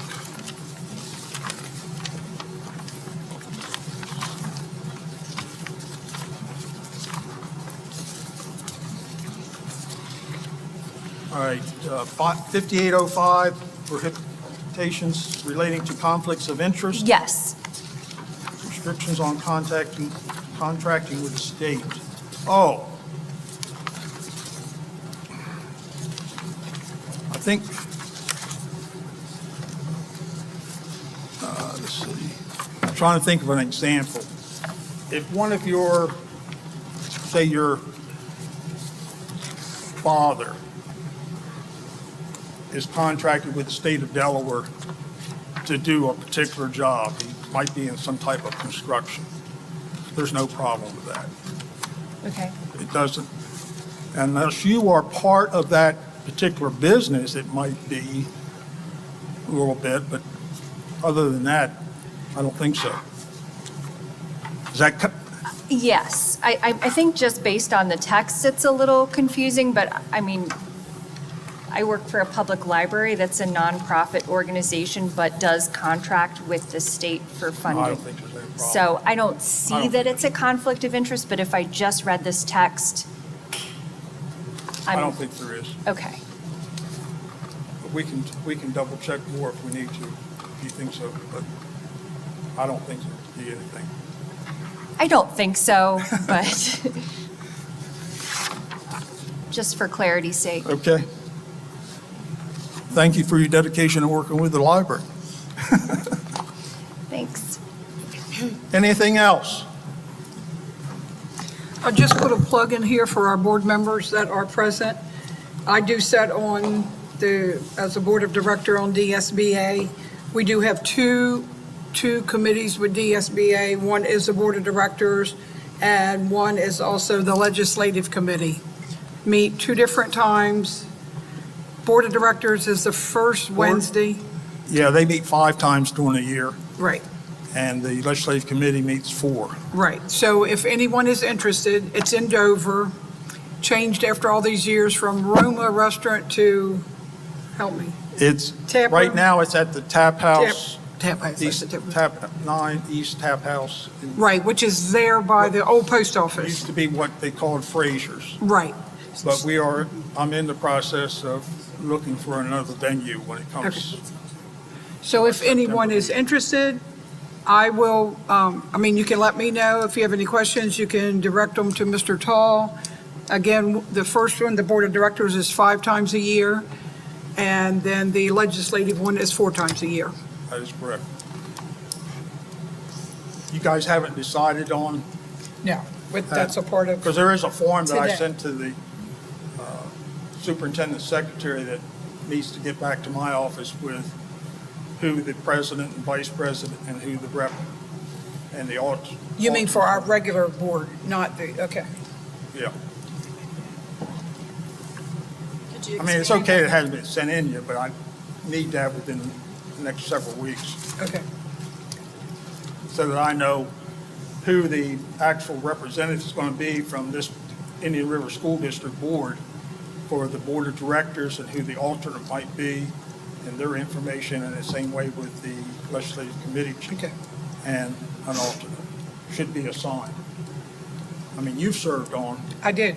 I that. do. I just have a conflict of the meeting night, so I Okay. was going to find someone. If not, I will. Okay. I will remain on it. All right, very good. All right, any other questions? All right, let's move on to, do I still have some time? That's your fun. I don't want to infringe on any. We have about 5 more minutes. Okay, well, let's kind of do this as quickly as possible. This is only, it's not quite a long PowerPoint, but this is on the Freedom of Information Act, about open meeting laws. That's the title. The second slide, the Freedom of Information Act, Delaware Code 29, Chapter 100.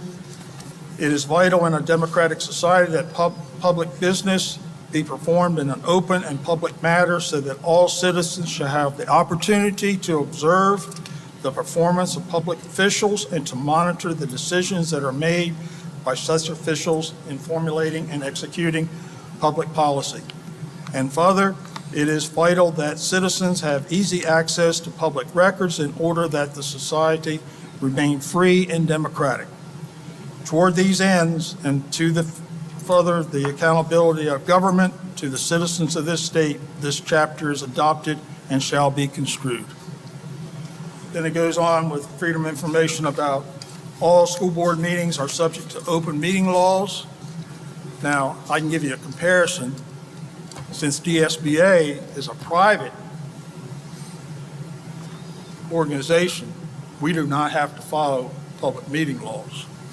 But school boards in each one of the districts have to follow public meeting laws. All meetings must be open to the public unless specifically announced and noticed as an executive session or a board workshop. All meetings must be officially noticed 7 days. It must be posted prior to the meeting.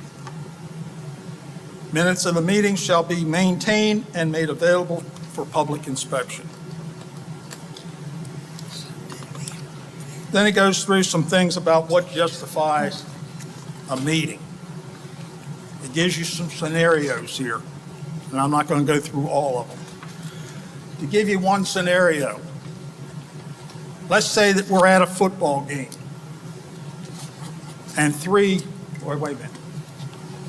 You're a 10-person board. I'm trying to think about my board. Well, I'll just give you that as an example. My board was 5 members, so 3 of us were kind of huddled together at a football game. That's bad news.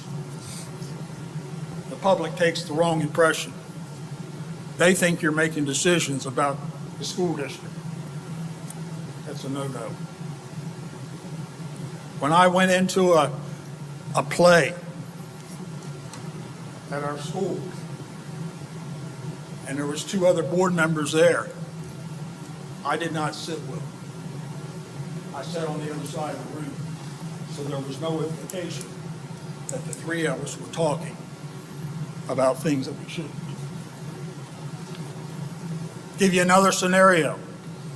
How about if your board president wants to have a Christmas party at her house? What do you think? Probably not a good idea. You wouldn't do that either? Actually, it's not public. It would be okay. But again, it's up to the individual whether you want to be there, I guess. But actually, it would be okay. It's not like that public event that was in the school, one of your schools, or on a football field in the stadium. That's a little bit different. Actually, also, when we go to the national conventions, I always like those, because if my 4 other board members went to the national conventions, say the last year it was in New Orleans, and we go out to dinner, we can discuss a little bit. We can't actually make any decisions, vote on it, but we can discuss, because there's no one else there to kind of see us. I always like those because you get good information. You can feel out and talk about among yourselves. So there's some other scenarios. The main thing is you don't want to meet the quorum, because if the quorum is there, that's a meeting. So I know we've had this discussion before, and we do it, and it can be a point of record, that's fine. We have committee meetings once a Okay. month. So sometimes, not It's in often. here. I'm sorry? It's in here. Okay. Go ahead. I want you to bring it up. No, so I'm just saying, if we have committee meetings, And there's 2 people that are on the committee, and a 3rd member walks in. I'm talking about a district Oh, has yeah, 5. you're right. And another board member walks into that meeting. The other 2 need to say, and the reason why that other board member is in there might be because what they might be talking about influences maybe his daughter or son about something. But they're going to have to step out aside. There cannot be 3 of you in that committee meeting So we're not allowed to have 6. when you have a 5-member board. I think, So we were previously told, we've had this discussion over the years, but if there's no actionable items, it's a public noticed meeting, it's a committee meeting, and there is no actionable items, it's just a committee, that we would be fine. But you're saying we should maybe check on that with our attorney potentially? I do a little bit, because like I said, I did it with my district, and another person walks in, and just happens to know where he has to accuse himself. With our district, when we have 5 members, that means 3 board members are there in that meeting, Okay. even though there might not be any motions. Does it matter that committee information always is brought to the main board? Nothing that the committee does isn't further rubber stamped or sanctioned by this board. Right. I will double check since we're hearing this here this morning. I just want to make sure we're covered. It's nice that our board members do attend our committee meetings Oh, yeah. and are able to Well, with hear you, and you give could have input. more, because you got, a quorum's not, so you have 6.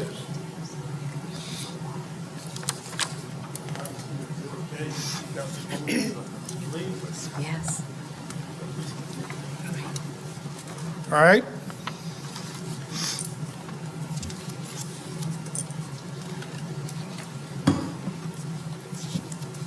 Freedom of information, what's not subject to FOIA. I'm on the third to the last slide here. What's not subject to FOIA? Information regarding ongoing legal cases, records involving collective bargaining negotiations, emergency response plans and procedures, building plans, blueprints, schematics of buildings, operating manuals or details of building life, health, and safety systems to include alarms and surveillance systems. Those are not FOIA things. You don't want these things out so that everybody knows what they are. Others, such as records that would compromise the safety of occupants and utilities of the IT. General points to remember for freedom of information.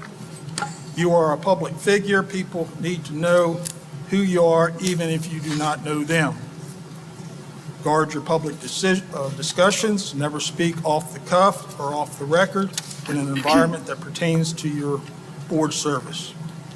Be mindful of a quorum of board members in an unofficial setting. Watch your electronic communications. Watch what you say on Facebook. Personally, that's one thing that I, so far, have been able to stay away from. I hate it. I don't want to even become part of it. And the last one there, general points to remember, when in doubt, shut up. Less is more. If a situation doesn't feel right, step away and consult the several guides provided. Remember, the goal is to encourage public involvement and promote public awareness of board actions. But also remember, the freedom of information and open meeting laws do not require the disclosure of private information otherwise protected by law or other information that would otherwise be considered classified. Questions? Mr. Tall, when we met with Dr. Marinucci and you were there, there was a discussion about the difference between recusal and, abstaining.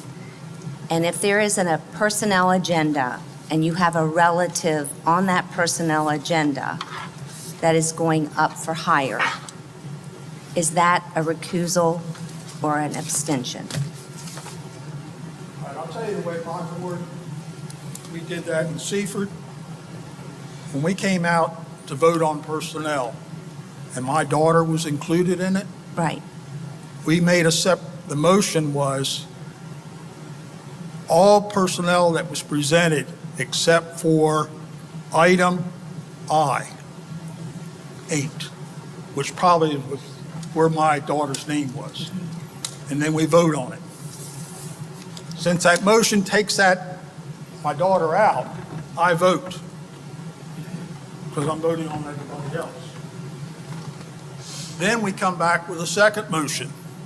I was board president, I asked for another motion. And then someone on the board makes a motion, we want to vote on I-8. I call for a vote.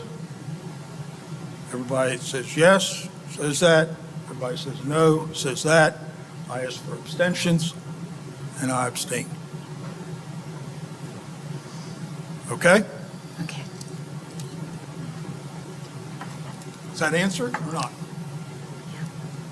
Recusal is when there's more of a conflict of interest, possibly financial. That's when you need to step aside and not be part of the discussion. But otherwise, the example I gave, that's the way we did it there. So, anything else for the good of the cause?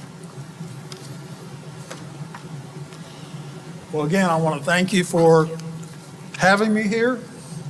I hope I have presented some information that you can think about. And you new guys, please read that information. And all of you that haven't had the training, please get that training. It is very important. As far as the due process training, the old members, I had it more than once because I wanted to refresh my memory. The older I get, it seems like I can't remember. So it's good to refresh. I've looked at it the second time or the third time, and there's always, I can tell you, something I missed from the other time. So it's always open. And now it's even more convenient because before you had to go in person. And I am so thankful that Representative Williams came to me and asked me what I thought about this. And back last summer, I guess it was, she asked me to do a survey and to find out how many members actually haven't had the training throughout the state. Because I didn't really know. And we gathered that information, and like I said, I talked to the DOE, and we finally got an online presentation of the due process training, and we had 55 or over 55 participants, board members that went to that and attended that session. And I got a lot of people trained, a lot. Now, before this past election, I think I probably would say, according to my records, there were probably only 2 or 3 at the most that hadn't had the training throughout the state. Of course, right now, I'd have to go back and look at that because of the new election. But that was just in May. The law or the code says it's recommended that you get it within the first year of your tenure of being elected to the school board. Again, congratulations to all the new members. Glad to have you. Thank you for your service and your dedication, all of you. And if at any time, I don't care what, if it's a weekend, I look at my emails. It might be I won't get right back at that time on a weekend, but I will definitely get back to you. So please ask. You've got my information. Again, thank you for letting me be here. Thank you, Mr. Tall. Thank you. You're welcome. Okay, board members, we're going to take a 10-minute recess. If you could ask for a motion for the recess, and then we'll come back in come back together. Okay. I didn't have that built in. I was going to play it by ear when we need it. I think, is everyone okay with taking a quick 10-minute break? Motion? Second? We have a motion and a second to recess for 10 minutes, and we'll be back. All those in favor signify by saying aye. Aye. Opposed? On recess.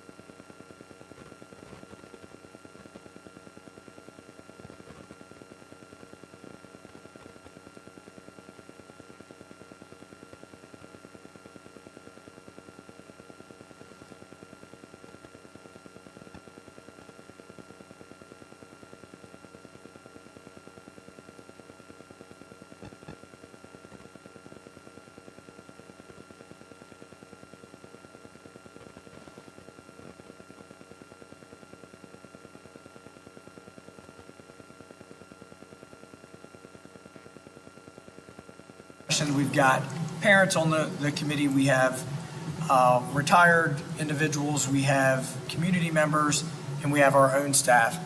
But essentially, where we have landed is a lot of discussion around our enrollment trends. We have discussed the growth in the area. We've looked at the developments in the area. We've looked at our boundary lines, and we've also looked a lot at what we would use Millsboro Middle School, our current Millsboro Middle School, for once we transition to the new high school and into the new middle school, which is the current Sussex Central High School. And I'll allow Carissa to kind of walk us through some of this information, but where we have landed most recently is the growth in the Millsboro area is such that we don't see that going anywhere. We see it continuing to increase, and the high school will be taken care of with the new high school. The middle school is taken care of with the new middle school, but the elementary, we feel that's where the concern will be. East Millsboro is right there near capacity, and we see that going up with the growth, particularly Plantation Lakes. And we feel the original plan of transitioning the existing middle school to an elementary school still remains the best plan. And that's been talked about in the committee. So I want to bring it to the full board for some discussion. We don't need to lock into any decisions today, obviously, but it would be nice to get some input. This is a synopsis of information that's been shared over the last few meetings. And I do want to acknowledge Tyler Bryan is on the committee. Tyler is our former employee here. He's now in charge of all the transportation with the state. He has been absolutely instrumental in getting information to us, organizing it, and sharing it at the committee. So he's been amazing, and he continues to give us ideas, and he'll be an integral part of this as we move forward too. But I wanted Mrs. Daisy to be with us today to kind of walk us through. Again, ask any questions, jump in, give your input. This is a lot of information, but really important information.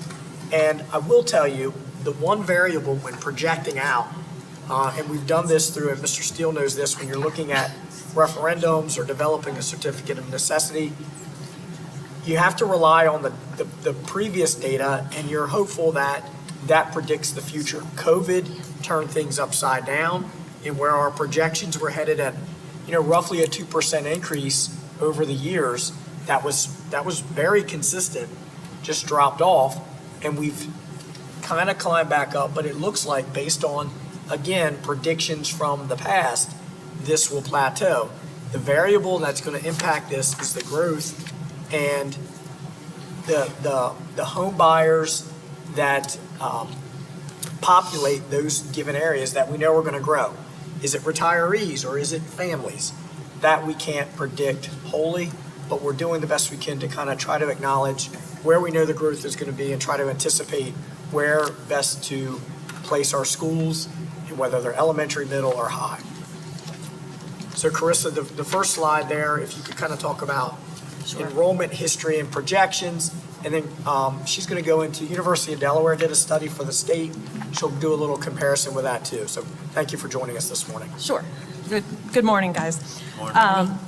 So if you look at the years 2016 through 2023, those are actually pulled directly from our unit count. So those were the numbers that were pulled.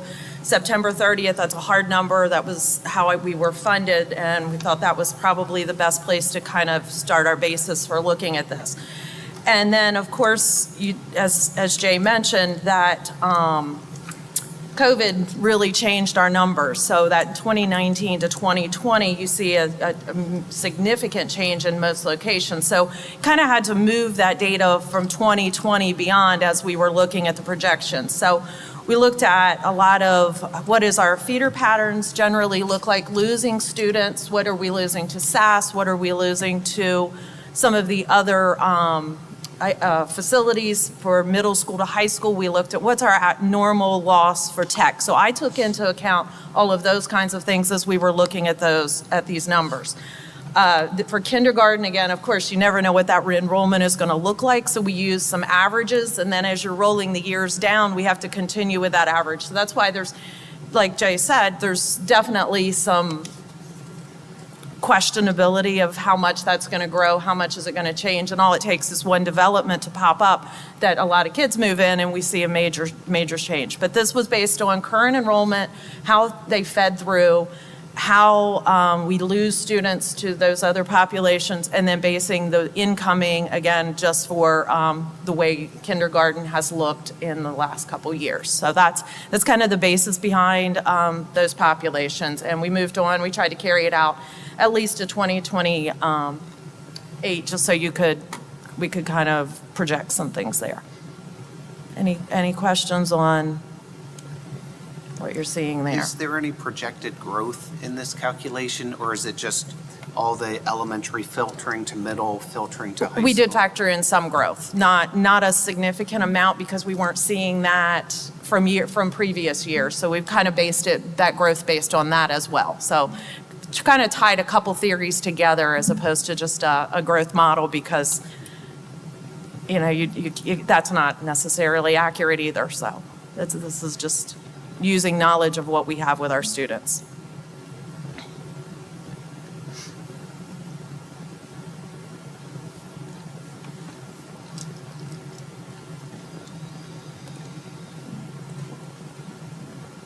Any?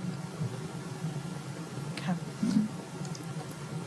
The next slide is our kindergarten enrollment over the years, because that was questioned in the futures. How was kindergarten enrollment looking? So these are just the hard numbers of what we had as far as kindergarten students for those years at unit count again. So that was the basis of most of this, was unit count.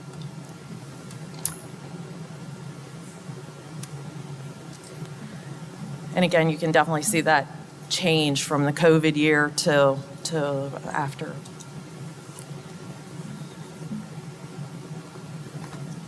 Is there any knowledge about where people are going? I mean, are they moving out of the area? Are they changing districts? Are they changing schools? Homeschooling?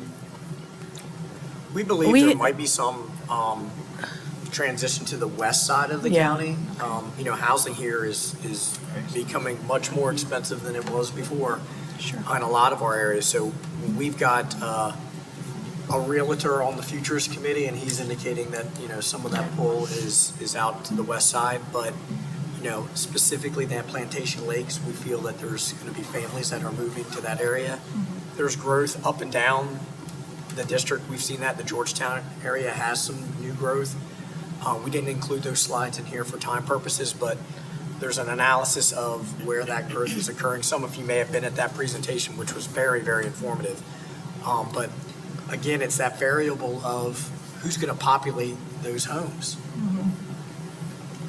And we can do some withdrawal information and where did the students go, but it's pretty all over the place. We have a lot of students that return back out of country as well. We have a large number of out-of-state.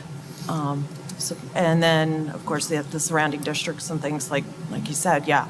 But I could pull something that shows where people went throughout a school year just to kind of look at that. That's no problem. Does the district ask whenever there's a withdrawal, where they're going in a general way? Not when we withdraw students, we actually code that where they're going. Okay. So that's something that through our enrollment process with the state, that the state requires as well. So we do kind of monitor that, keep it up to date to make sure that schools are using the codes, because there are some generic codes, but we make sure they're minimal so that we can pull this kind of data if needed. So it's a really good question. We can't officially withdraw until we get a request for information to enroll them in another facility. It could be Seaford, it could be Cape, it could be, wherever. And this also impacts our graduation rate. And Mrs. Daisy lives it daily and certainly analyzes it annually.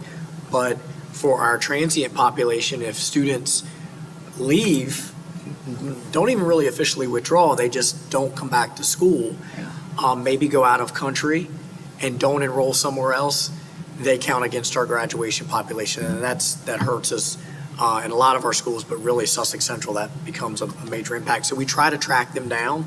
And I don't know if you can speak a little bit more to that, but that's an ongoing concern and problem. But to answer your specific question, we won't withdraw them unless they're enrolled somewhere else, so it is a tracking mechanism. Yes, but the graduation rate is a challenge, especially for the out-of-country, because they don't get the request of records and things. So the state has put in some things in place where if they are out of country, we get a little grace on being able to now remove them from the grad rate. But for a period of time, if that student was not accountable, so for instance, if they move to one of our in-state schools, then that is tracked through the state system and they're removed out of our calculation and they're then placed upon the calculation of the school or district in which they go. If they're out of state, we have to provide documentation and request of records to remove them from our count. So if we do not have the appropriate information, appropriate documents from there, then they remain in our account as a dropout. Likewise, the out-of-country, same thing, but there is a little bit better of a grace period for that because they are now realizing that those students may not have request of records come from their out-of-country schools. And just because Jay addressed this in answering some of my question, is there a population growth rate, let's say, retirees come and fill up a whole new development, maybe 300 houses or such. Is there, eventually jobs and families will come here because they'll need to support the retiring population. Is there a growth rate for something that happens like that to just kind of calculate? I don't know if anyone has ever studied that. I don't believe we have. I don't know if maybe the county has done anything to that degree. So University of Delaware projected out, and this isn't the upcoming slide, projected out much further. And I don't know the formula used there, if that was a factor. We can certainly ask, but they did some further projections. Just curious. It's slide 7, I believe. Mathematically, when you do a statistical analysis, what happens when you have a blip like COVID, that really puts a damper on the validity of your data results. And, I hate to say this, but sometimes you're not going to know but a year or two where you are. But I do agree with what Jay said about the movement west. We saw that even before my retirement. And the beach line now is sort of 113. So if you live on the east side, rent's a lot higher than it is on the west side. So it's kind of where we are. Carissa, do we have any data that states how many students do not come to school that stay home and do homeschool in kindergarten? We can pull some of that. It's sketchy and at best is because of the nature of how homeschools are registered and how we keep track of that. They have implemented a non-public school code and a non-public school actually application in our databases that we can now look at those. And we have to work to clean those up. But so we can pull some of that. I do believe it does show grade, and we could gather that for you.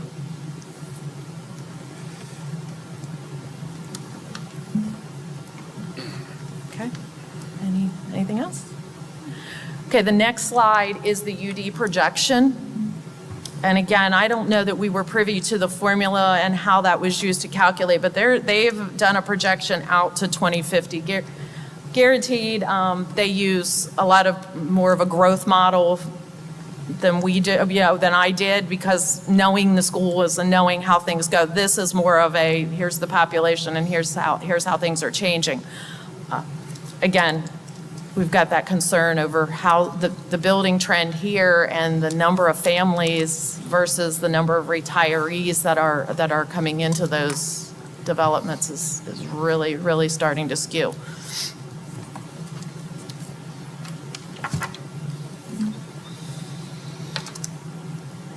And of course, when UD did it, they just did it by district, so you don't have a breakdown by how things are looking for communities or anything. Kelly made a good point, though, that we're going to need the younger families to come in to support the retired individuals that are filling these communities, need the younger families. Yeah, I guess it's more of a statistics question, you know, is there a way to blend who's actually moving into places to predict that population projection? I don't know. I guess, is it Ed Ratledge who does this? I'll have to look back. There is a complete packet. I'll send it out for those of you that are statistical folks that want to take a look at that, but it gives a complete, it's several pages, but I'll send that out and you can look at that. I think that might be who did it.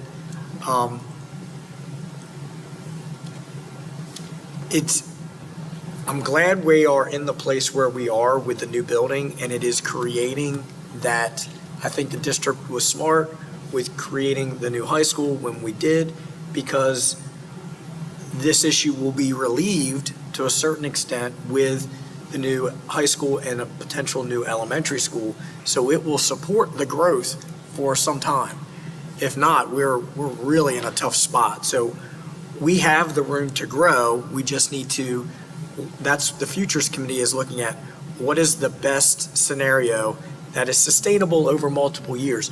There's scenarios we could do year 2025, but then we may have to change it in 2 or 3 years. We're trying to lock into a plan, and again, we keep coming back to the original plan of it being that elementary school, as opposed to changing boundaries year after year. That isn't what we want to do for our families. We want to try to get something that's sustainable.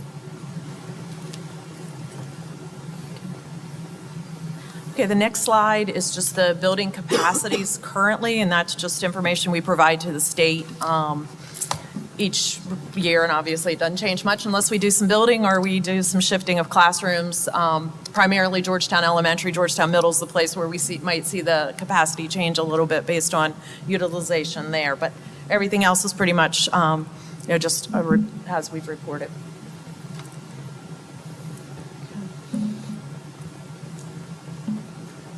The next slide, there was a lot of question about choice and charters. So the next slide, it just gives you the number of students that we have that go to charter schools. And you can see what those are at this point. And this was, again, last year's unit count. And you don't see a lot of movement to those facilities after unit count anyway. Most of that movement is happening during the summer. Is there an age that you find the movement occurring, like middle school? Is that the typical time that they pull their children out? Not as much anymore. It's basically it seems like the biggest is the year that facility they want to go to start. It's like, just like with us, we see our biggest in SDSA kindergarten because that's the flow. You'll see some in betweens, but the majority of it is the first year that those start. Early college is a high school program, obviously. Sussex Academy, we see a huge change there now that it's started earlier than it used to be, just the middle school, and then Montessori starts at K. Carissa, slide 9, and you're talking about those numbers. I didn't see Delmarva Christian. Do we track those numbers as well? It's private, so that would be one I would have to go out and pull just like I would with homeschool. Okay. Yep. So we don't get a real good base on there because they're not in the choice process because it's being private. So we would have to utilize the information we have from the facilities reporting to the non-public application. So the new school at Del Tech, that's a charter school? Yes, I have some information on that. Okay. Anything with the charters? Next. Slide 10 is our choice. I think that slide's included, Ms. Taylor. If not, there was about 70 kids that are going to that new school that is housed at the old Ennis building, the Brian Allen Stevenson. Choice, again, unit count numbers, the number of kids that are choicing out that are our students, number of ones choicing in that are not IRSD residents. And the others that are listed at the bottom, there's just 1 or 2 kids, but I did want it noted where those students were coming from, but the bulk are the ones listed at the top, obviously. Do we have information on why these students are attending charter schools or choicing? No, they don't Didn't know if there was provide, anything no, that they would don't have to collect. provide anything or any reason. I don't see anything about Sussex Tech. Is that, like, would you have to go outside of, this, like, for Delmarva Christian? Sussex Tech it's a different beast in the way that it's reported. We lose roughly 150 students. That's 150, 175 at the most. Annually? To that school, annually, yes.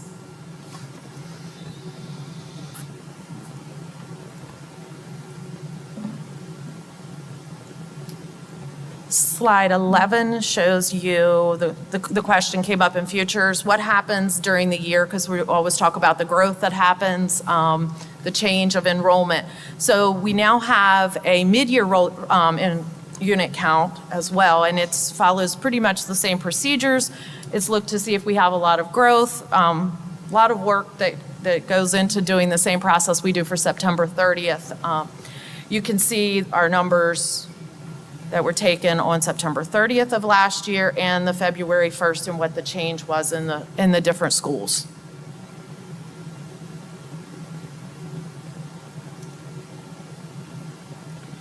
Pre-K is a big one because they're always testing students, always qualifying. So that's where some of our biggest growth is. And then you'll see some of the other schools that they do have a fair amount of students moving in from October to January.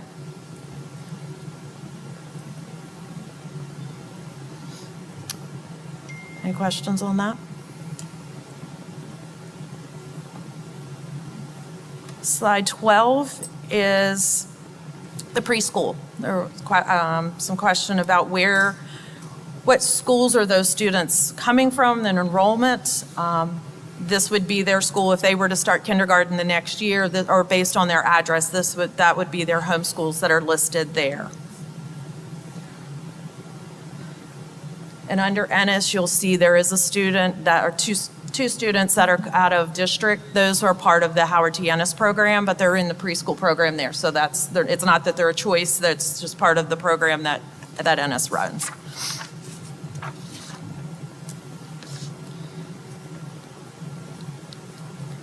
Any questions on that? Number is rising over time in the ELC.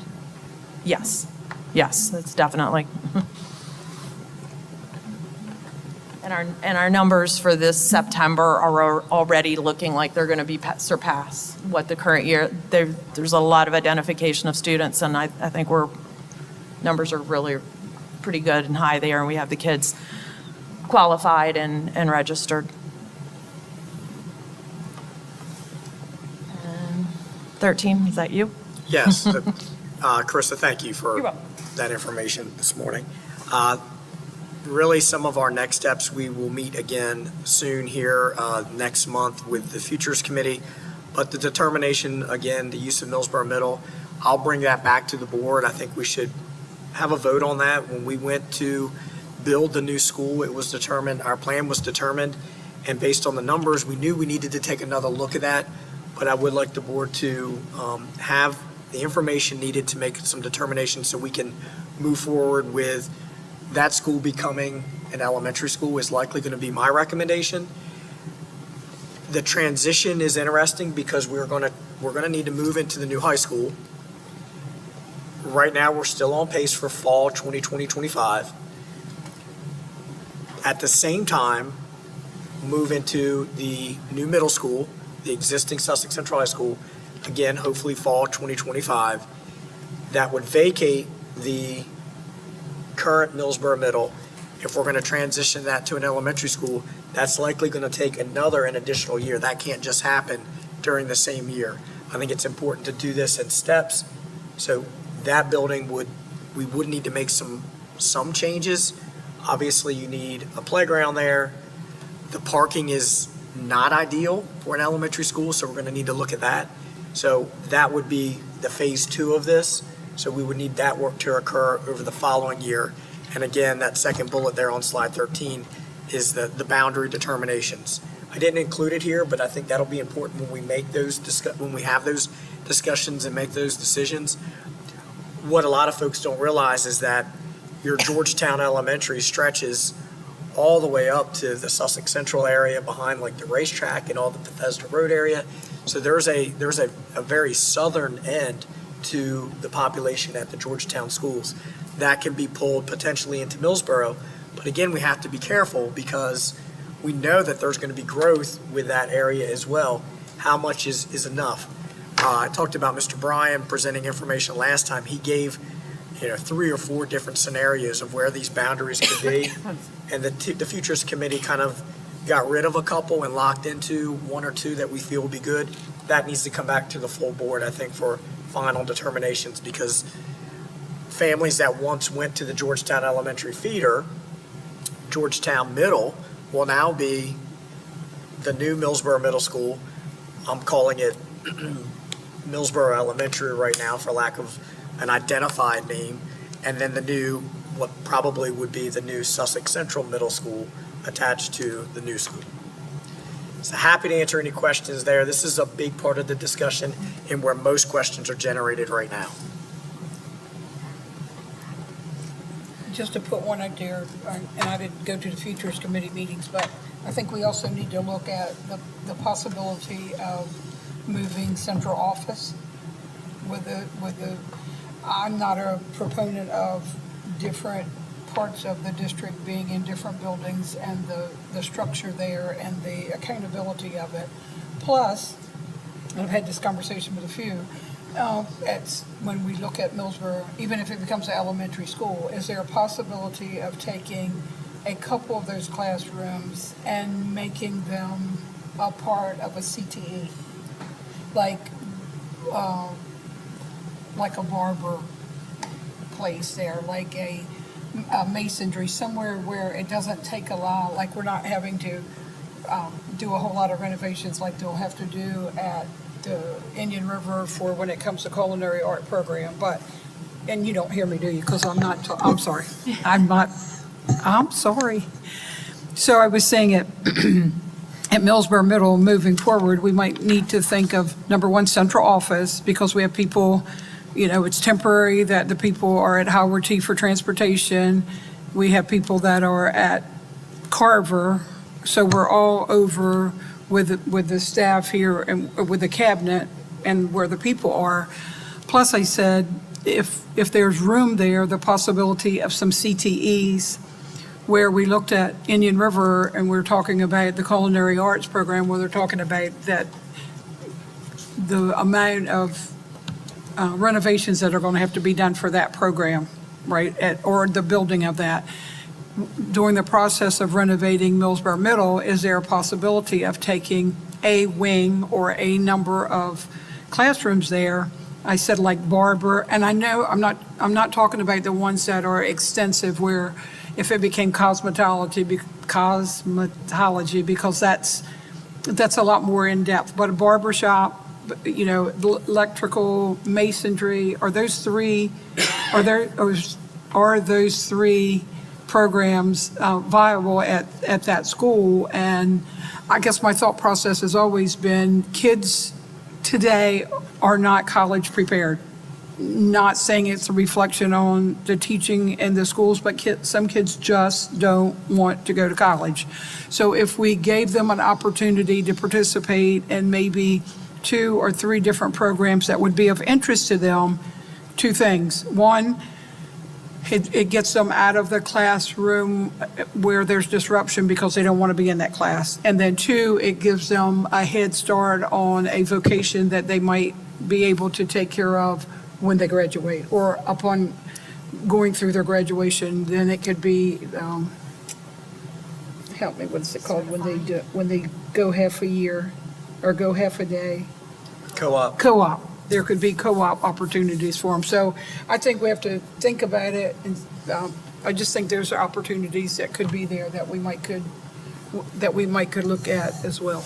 Those are great ideas, and the Futures Committee had more great ideas as well, but I think the direction we were going was to move that to an elementary school and just pause for 1 or 2 years just to look at the growth trends before any new programs are created? We just don't know, is that elementary going to fill up immediately, or do we have alternative room for diverse programs? I think you were talking at the middle school to facilitate the middle school and the high school, correct? Not the existing elementary school.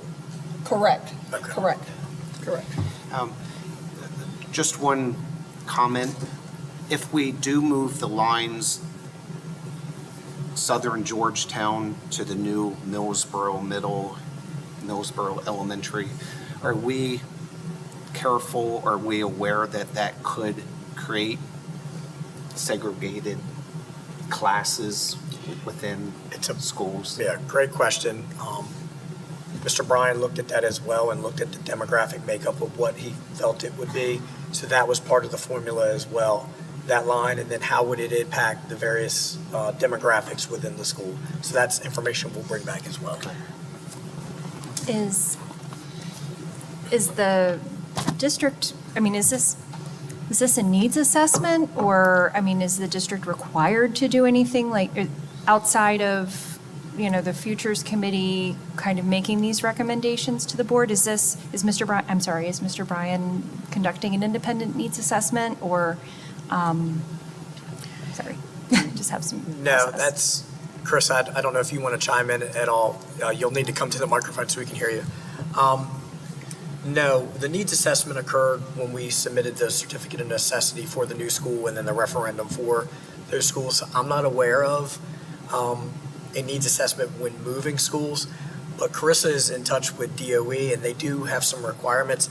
So I don't know if that's required, the demographic information when we acknowledge that a new school is going to be created. No, it's not, that's not required to be submitted to them, but what we did was we took some prior busing information, some prior demographic information from over the years, and then we looked at how has that grown? So in part of that bigger packet, you can see how, and I'll use Plantation Lakes, how has Plantation Lakes impacted Millsboro and number of buses and that, how has other developments, how have they shifted? And with using some enrollment data and just the feeder patterns and the busing routes that we've had in the past, we looked at, okay, so how have these fifth graders that have now gone to sixth, how has that impacted and how is that going to impact as they get to the high school? So we kind of took that and moved those students around just to see what difference it's going to make. And then he also looked at some suggested lines and how different pockets of that may change the demographics to that. Again, doing the same thing, using it as current, but then looking at how are these students going to be moving through to middle school or to high school from elementary or wherever they are to what impact it's going to have.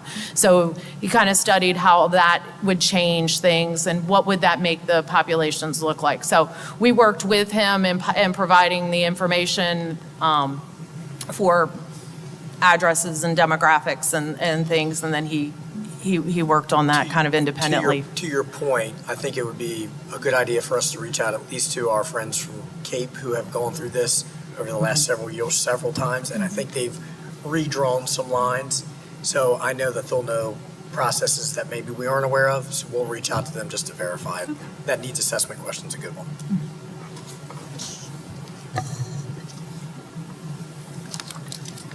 So there's a lot to unpack with this Futures Committee. Obviously, there's a lot of work to still do, but the building project is on pace. That's a good thing. So we hope to be completely ready for that transition. I know Millsboro Middle School is part of our conversations as well because that move will need to occur. So we will come back. My hope is to make the Futures Committee a standing item on our future board committee share outs, so we can hear monthly the progress that's being made. And now that Chris is walking away, will there be a public engagement piece for the potential movement of schools? We talked about that as well. Once we lock into something, which I think we need to over the next 2-3 months, then I think it's a share out, it's public forums if need be. The boundary changes as proposed, the options aren't impacting a large area, but they are impacting. So I think going to those areas and sharing out is wise. So yes, we do need to do that. One of the concerns was whether we're changing folks that were in the Sussex Central feeder pattern to Indian River feeder pattern. That does not appear to be the need at this time, although as growth continues, that variable that we talked about of where are we growing the most, that may need to enter into the discussion as well, which is that will create a lot of input from our public.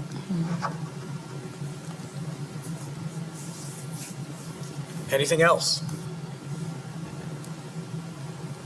One thing, once those are determined, what we will be able to do is we'll have to, in our student information system, we will have to change our boundary lines there, and then we'll be able to keep that accurate count, which we'll have to look at our school choice stuff too, because that could change.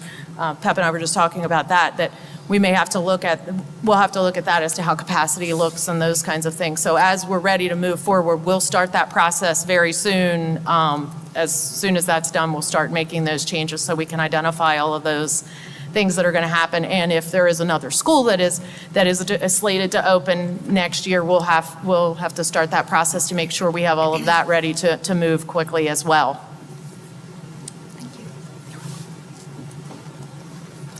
Okay, next up is Mrs. Smith in Finance. Her slides are, again, in board docs. It is slide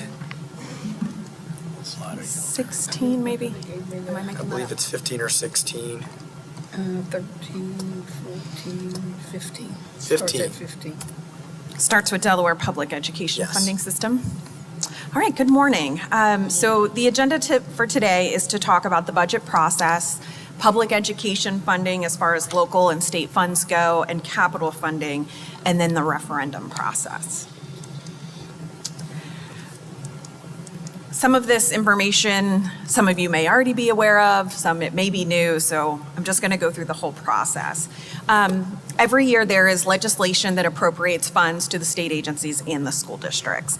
The biggest one is the operating budget, or we'll call it the budget bill, which gives the dollar funding for the budgets, but also has epilogue language that contains important information. So it may be specific dollar amounts for block grants. It may be information on unit changes or other language that tells us what we can spend the money on. So a lot of times we'll get money, and that is the place to go to find out what exactly that money can be used for. The legislature also passes the capital budget or the bond bill every year. That typically funds major capital improvement projects, funding for minor capital improvements, safety and security, and maybe some other miscellaneous projects. The grants and aid bill is also passed every year, typically does not apply to us. That is funds that the state gives to nonprofit organizations, fire companies, ambulance services, things like that. However, this year, there was budget epilogue language included in there to make corrections to the budget bill for custodial allocation. So there can be still important information that relates to us in that. One-time supplemental bills happen, not every year. Those are typically if an agency needs a one-time thing, like maybe a big server replacement or something that's out of the norm. They will pass bills like that. They did this year, but nothing was super relevant to us. The mini bond bill also happens every January, February timeframe. A lot of that will have language or funding that the state needs to get through the rest of the fiscal year. The biggest thing that happened in recent history for that related to us was the market pressure funding a couple years ago. So construction projects could move in the post-COVID world of price increases. But the bond bill, the grants and aid bill, and any supplemental bills can always amend the operating budget when that goes through. And what happened this year was the legislature has gotten better about passing the budget bills earlier. So it used to all happen on June 30th or really in the early morning hours of July 1st. But the operating bill was passed about a week ahead of time, and then that's when everyone realized there was a little bit of issues.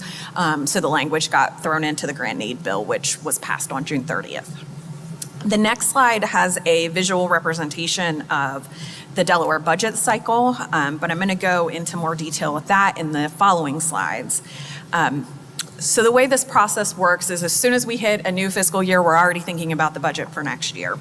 So the July to September timeframe is when the State Office of Management and Budget, which contains the budget office, starts putting out guidelines to state agencies. They have target meetings to talk about door openers, what do you need to get the door open next July 1st, and any other issues. Sometimes it's, hey, what does a 1% and a 2% budget cut look like for you?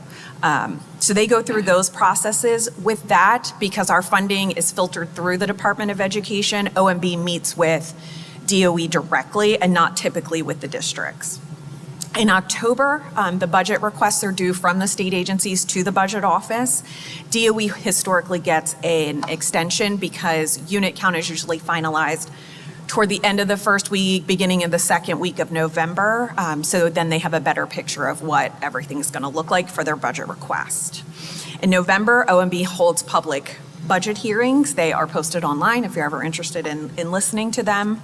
And then through that process, the budget office develops the governor's recommended budget, which is then presented to the legislature in late January. After that, in February and March, the Joint Finance Committee, which is made up of senators and representatives, meets with the agencies, has public hearings to go through their budget requests and talk about anything that they need. April and May, the results of those meetings end up result in the JFC going through markup. And so they'll change the budget bill, add things, subtract things, of whatever they see fit. And then the bond bill committee starts having public hearings as well. Same thing, it's a joint committee made up of senators and representatives that looks at all of the requests statewide, construction at the state agencies, as well as with the school districts. In May, DFAC, which is the Delaware Economic and Financial Advisory Committee, has their projection for the next fiscal year, usually for the current fiscal year and the next fiscal year, which the state uses to determine what they can budget for as far as projected revenues.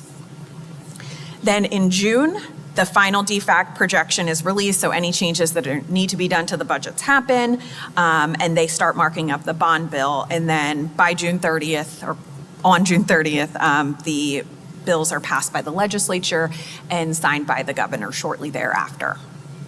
So then on July 1st, the appropriations start flowing through in the accounting system. Any questions on that so far? Okay. The next section is school district funding. So local funding comes from our property tax collections. Those are the rates that the board approves every June that we send to the county in early July for the tax bills that come out in August. We have talked about this a lot, but just a refresher, there are 4 components to a tax rate. So there's current expense, which is used for operations like supplies and contractual services and salaries, and that can only be increased through referendum.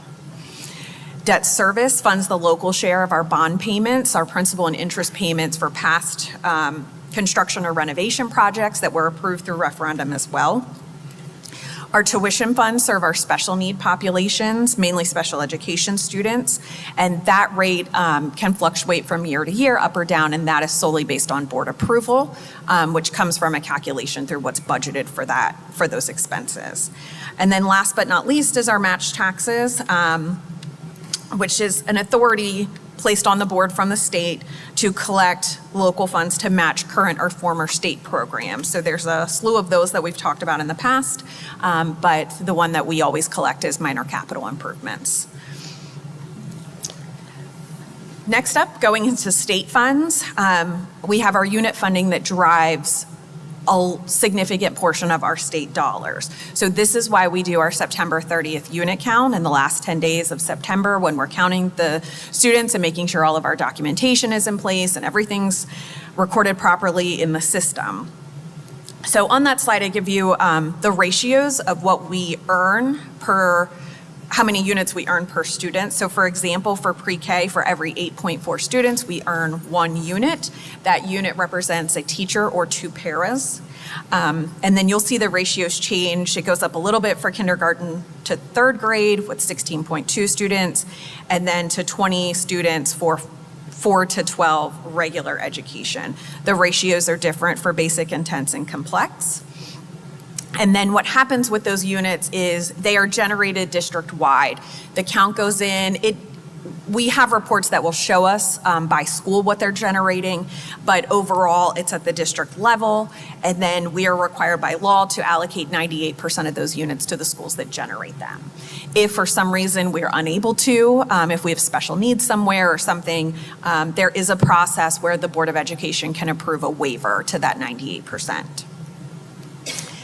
Then 100% of the units that are earned for pre-K, intense, and complex units must serve the students that generate them. That's why they have those lower ratios, and those are going directly back into serving those special needs students. For Division I units, for fiscal year 2025, in the current budget bill, the state's allocated $1.33 billion statewide, estimating 11,159 units. These are intended to put teachers in the classrooms, or again, we have the paras that are supporting as well. We do not get a set dollar amount for that. There is no value set for those units. We are allowed to fill those units. It could be, a bachelor's 0 experience teacher or a doctorate 25 years teacher. Wherever their education and experience falls on the scale is what we are allowed to pay them. By code, that is intended to represent 70% of a salary, with the local share covering 30%, but in reality, it's closer to 60% in districts. As districts negotiate their local salaries and are in competition with others, it gets a little bit higher. And then from that unit count, we're also generating additional units outside of those Division I units. So for example, 1 superintendent position, supervisor positions, director positions, custodial, secretaries, on down the line. There's various positions and ratios that go into that. Our Division II unit funding statewide for fiscal year 2025 was $39.3 million. This is our operational dollars, and also classroom spending dollars on the state side. Every 1 Division I unit we earn gives us 1 Division II unit. The dollar values placed on that is our all other costs. That's our operational dollars, $2,925 per unit. For energy, $2,387 for a total of $5,312 per unit. Those I do not believe have fluctuated at all, if not very much, in recent history. So unfortunately, that energy dollar does not equate to the reality of energy costs. We also generate Division II units for vocational programs, which equate to dollars as well to spend in those vocational classrooms. Division III units is equalization. So the state allocated $112 million to that this year statewide. The goal is to alleviate disparities between property-rich and property-poor districts, except that it's been broken for many years. It can be used for any funding purpose, so operations, local salaries.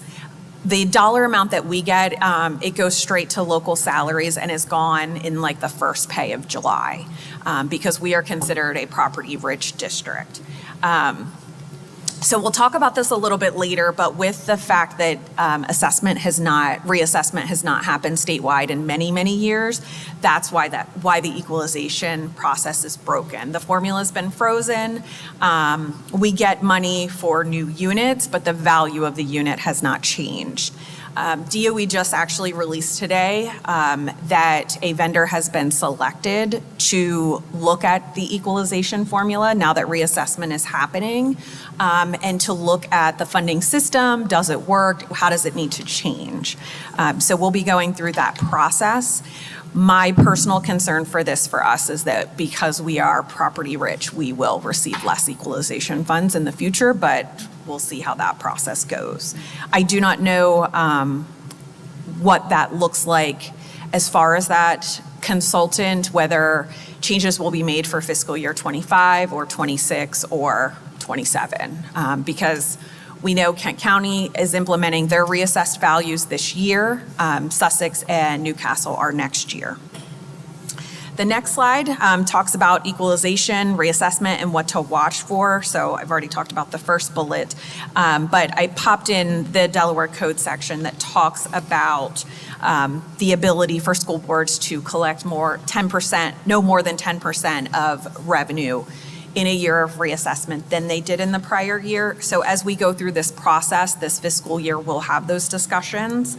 But there was also language added that talks about a referendum, where in the past, the language said if you went to referendum in a year of reassessment, the reassessment trumped the referendum, so you couldn't collect additional dollars if it was more than 10%. But they have cleaned up some of that language, so we'll explore that as we go through the process as well. But keep in mind, like I said, with this reassessment happening, the equalization formula will likely change. The local share of major capital improvement projects will change.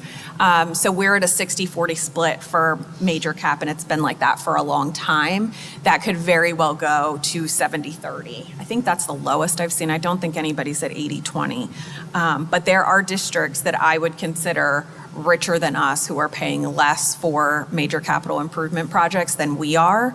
So clearly, as districts have grown since the 70s and 80s, that has not been adjusted. So we'll see what that looks like when reassessment comes out. And this doesn't apply to us, but there's a Newcastle County tax district as well that will be affected by reassessment. Additional line of funding that we receive is academic excellence. So statewide, it's $56.5 million. Districts generate 1 unit for every 250 students. It's very similar to Division I. We charge the state share of salaries to the state, and we pick up the local side. When we generate those units, we do get additional Division II and III funding for those, and they are flexible positions. We can use them for teachers or guidance counselors or instructional coaches, et cetera. We do have the ability to cash them in if we were unable to fill all of them at the value of a master's degree with 10 years experience on the teacher scale. If we do that, we lose the additional Division II and III funding, but it's just something we manage through the process. Since I've been here, I think fiscal year 24 was the first time we've given any of those, cash those in. Opportunity Grant in more recent history is new funding to the districts. For FY25, it's $63 million statewide, 55 of which is flexible funds and $8 million of which is to address mental health and reading concerns. That was significantly lower in previous fiscal years. That's the funding that was born out of the lawsuit from the group of advocates who said that the funding system was not fair and equitable to all students. So those funds are allocated based on our low income and multilingual learner student population and allocated to the various schools. To get those funding, that funds every year, we have to submit like a grant application to DOE and tell them what we're going to spend it on based on each of our schools. Our funding has to be allocated 98% to the schools that generate the funds. We have no issue doing that, but there is a waiver process if we needed to shift funding for whatever reason. Mental health services units is also relatively new, in the past probably 4 years.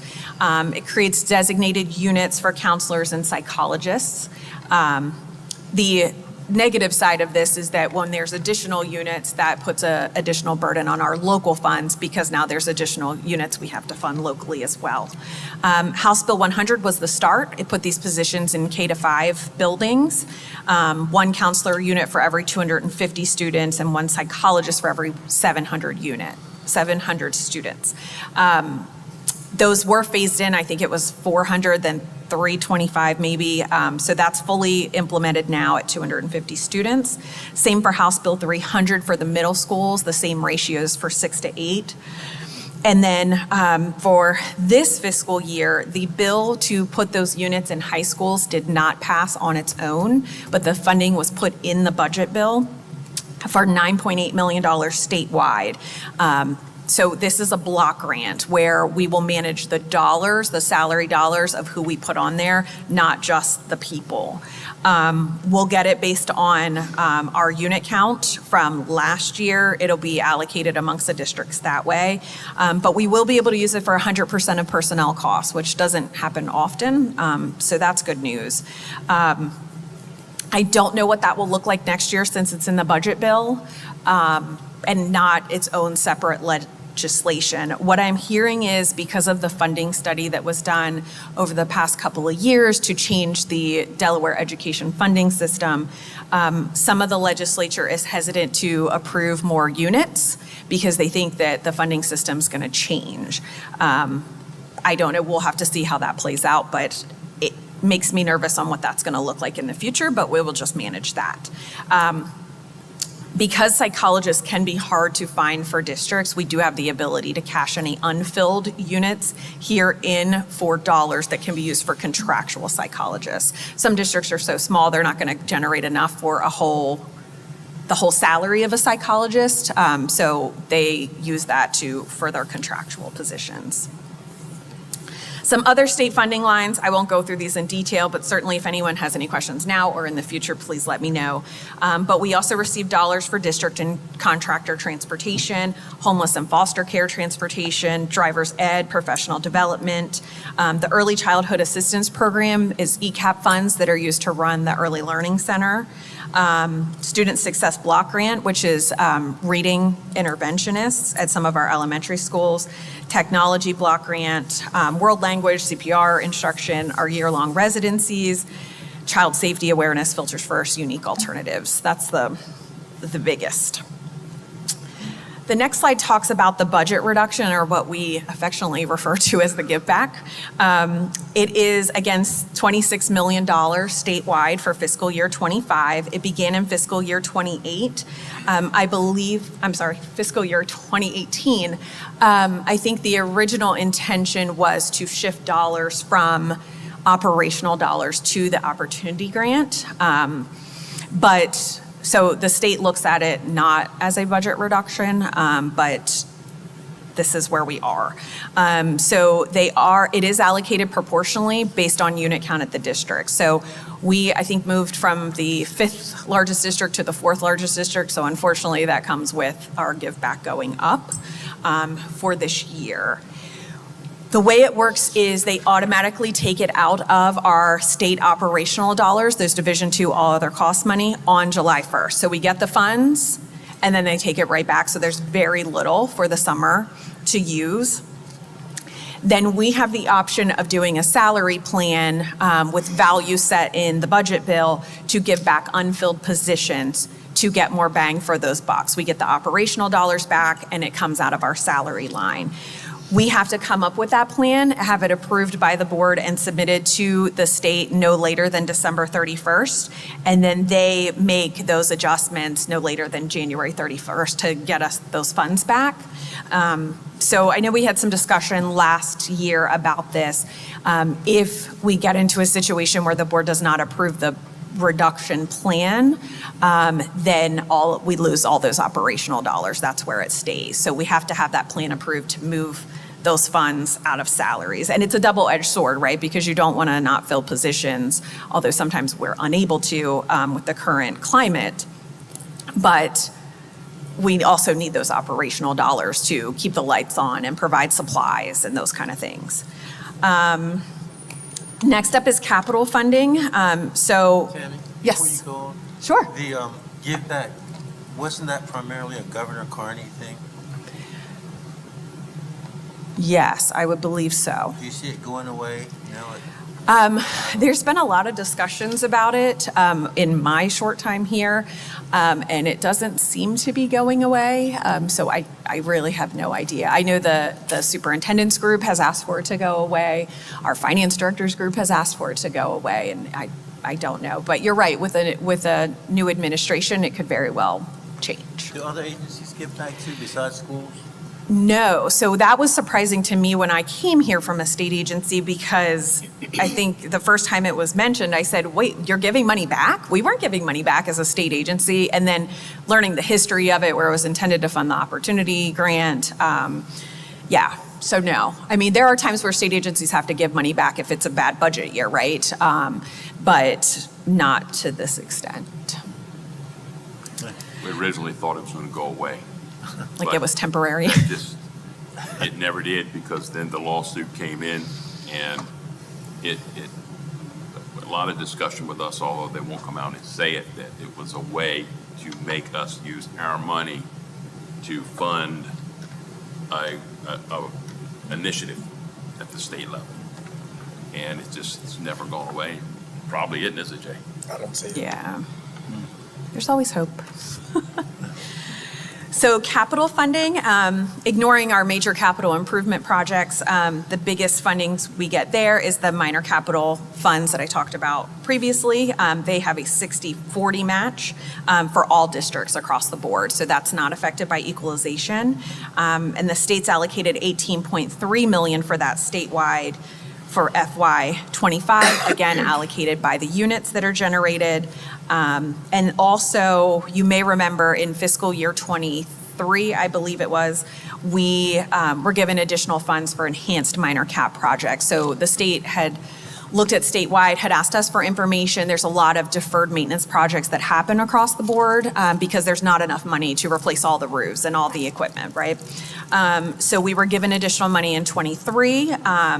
Not for '24, but for '25, there's $12 million statewide. The problem with this is the legislation, last time and this time, says that we have to spend or encumber all of our minor cap money, that we have 3 years open in order to access it. We have always had funds, much like a lot of districts, available all 3 years, because you don't want to spend it all up front and then get in a situation where an HVAC unit or something expensive is down and you need to spend those funds. So we probably will not be able to access that money for a couple more years. And then school safety and security funds, because of the way the state's funding it now, it appears that this is going to be an annual thing, where it was in 19 and 20, and then I don't think we got it again until maybe 23. And there's $10 million allocated statewide for that as well, based on units. For capital funding, I briefly touched on this, but it is between 60 and 80% funded for the state for major cap projects, again, tied to the equalization formula. In order to receive any of this money, it requires a referendum to be passed, but districts can also apply for 100% locally funded projects. For FY25, there was $200.4 million allocated for capital funding, but that does include the dollars for minor cap, enhanced minor cap, and school safety and security funding. And that money all comes from state bonds that are issued, reauthorizations and reprogramming of money that maybe they didn't need all of the funds for an allocated project, and then general funds if there are other funding sources available. The next couple of slides I will not go in detail with, but we can discuss in the future or at a finance committee if you're interested. I took the budget, the total revenue budget and the total expenditure budget for FY24 and did some sorting. On the left-hand side, you'll see S is state, L is local, and F is federal, but I lined them up so you can see where those funds go. So for non-discretionary dollars, there is a, 1-to-1 or 2-to-1 or 3-to-1 ratio a lot of times of where those funds flow through. And then on the third slide there is our discretionary dollars. So The ones highlighted in green match our discretionary revenue that we can use for operational type things and the budgets that those align to. Before I move on, any questions there? Okay. Next up is the referendum process. So I wanted to talk about this as, you know, referendum is more and more a topic of conversation and something that we need to look at this fiscal year. So in Delaware, whenever we need additional funds for operational dollars, or we want to do a brand new building, in addition, a significant renovation, we have to take that to our voters, and that is decided by popular vote of the voters in the district. By law, the Department of Elections conducts the elections for us. They designate the buildings that they will be in. They could be district buildings, they could be other buildings depending on the community and what's available. And then they provide the voting machines. They pay for the transportation of getting those voting machines here, any supplies that are needed with that. That is not our responsibility. For referendum, we are not permitted to have more than 2 in any 12-month period. So if you had one in January and it failed, and then you go again in September, you can't have it again until the following January. For us, what we are required to do, we set the date of the referendum. It's not required by law, but it's wise to set an inclement weather date as well. So you have that advertised, and we're meeting all the legal advertising requirements, but we have a backup date in case there's a hurricane or blizzard or what have you. At least 40 days prior to the referendum, we have to provide the Department of Elections with a certified copy of the notice of elections with an affidavit signed by the superintendent. We also have to post the notices on or near the front door of each school building at least 21 days prior to the date of the election and until the day following the election. We have to publish in at least one newspaper with countywide circulation or a combination of newspapers that cover our district geographical area 1 time per week during the 4 weeks prior to the referendum date, and the last publication cannot be more than 5 days before the date of the election. And we have to post the notice on our website 21 days prior to the election. To promote the referendum, what districts will typically do is use various advertising methods. And of course, that's changed through the years, right, with social media and how people get their news sources. But it can include and not be limited to mailers or social media or public meetings or print media. So we will explore that through the process. For current expense, so that's our operating dollars,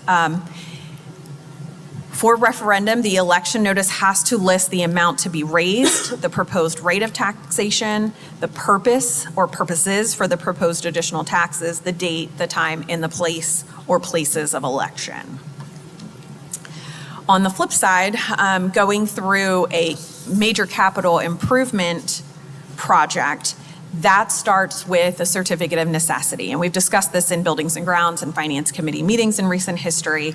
But when a district identifies the need for a project, we have to submit a CN application it has to be approved by the school board, and then we submit it to the Department of Education no later than August 31st. In September and October, they analyze the requests that they're getting from the district statewide, the funding that's available, the projects that have already started and are in year 2 or 3 or 4 of funding. And then they'll solicit additional information from the submitting districts if necessary. Once that is approved, DOE will let us know October 15th. In history, when I looked back, it looked around November, which is kind of what we've been talking about in recent history. But per DOE's certificate of necessity training, it does say October 15th. So when we have that, it's a legal document that allows us to move forward to referendum. Without that, we cannot move forward. The CN sets the project scope and cost limits and is valid for 12 months from issuance. So you have that 12-month period to pass a referendum. And then once DOE compiles all of that, that's what goes in their capital budget request. The next slide talks about project priorities, so I wanted to put this in there for your information. The way DOE reviews the projects and determines what they're going to approve is based on these priorities. So priority 1, they're looking at projects intended to address documented patterns of continued student population growth. Priority 2 is projects that address serious life, health, safety, and/or code violations. And priority 3 are projects intended to improve facility aesthetics or building project or program enhancement not related to life, health, and safety code violations. For fiscal year 2026, which is what the current CN process is looking at, I've put the construction formula in the slides. They designate $1 per square foot based on whether it's an elementary, middle, or high school. DOE reviews this formula annually based on construction costs and escalation prices. What they do not calculate as part of that construction formula is land acquisition and associated costs and extraordinary site conditions.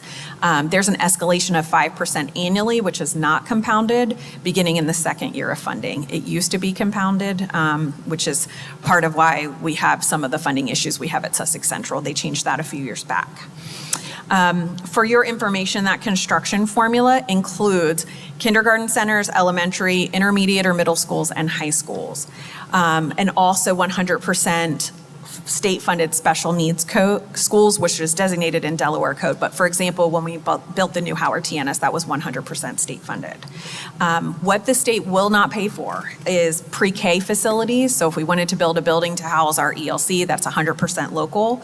Adult education facilities and district offices. It's not listed, but they typically will not pay for swimming pools either. They will for therapy pools, for example, at Ennis, but if we wanted a swimming pool facility, they would not pay for that. So for major capital improvement referendums, the election notice must set forth the amount of the bonds proposed to be issued, the purposes and reasons for the bond issuance, the amount of each annual tax increase that would be imposed as a result of that issuance, the application of any gifts or any other money on hand toward that project, and the date, time, and place or places of the election. So what's important to note there is the tax increases that are publicized as part of a major capital improvement project are estimates. We do not know what the interest rate of a bond issuance will be on the date that it's issued. So we have to estimate, typically the districts estimate high at like 5%, so that we don't get ourselves in trouble. But then in my experience in recent history, the bonds are issued at a lower interest rate, which allows us to pass that savings on to the taxpayer. Also, when voting for a major capital improvement referendum, the voters are approving the issuance of bonds. So if the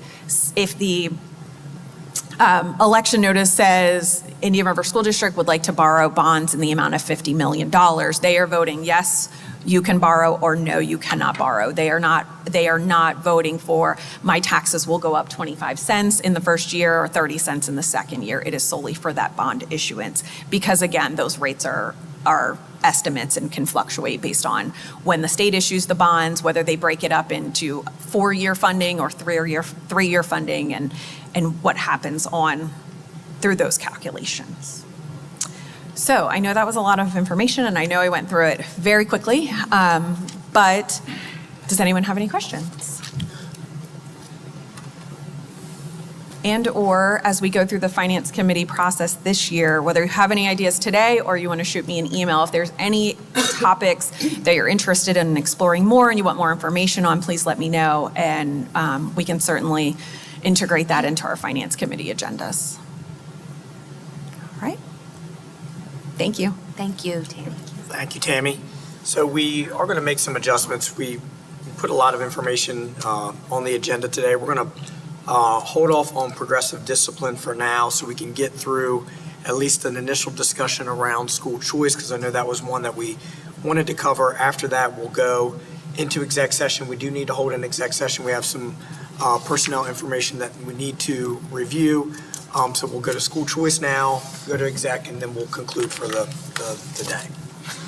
Okay, good morning. So Mr. Lewis is here with me to discuss this. We do have documents in 2 locations. So if you're in your on your laptop, It's located in item 3.02 on the agenda. It's the last attachment titled School Choice. But in your folder, there's also a paper packet. So if you prefer to use that and take some notes, we have that available to you. So I'd like to just review the documents before you, and then we'll do a high-level overview of some of the components of school choice. So the first document that you have available is the Delaware Code, where they outline the expectations for all districts in the state of Delaware. The second document is our policy, which is JECCA, the school choice program. And when you look at that policy, you're going to see a lot of yellow highlighted areas. Those areas are highlighted because that language came directly from the code. So you'll see that much of our policy uses the language directly from the code, as do other school districts as well.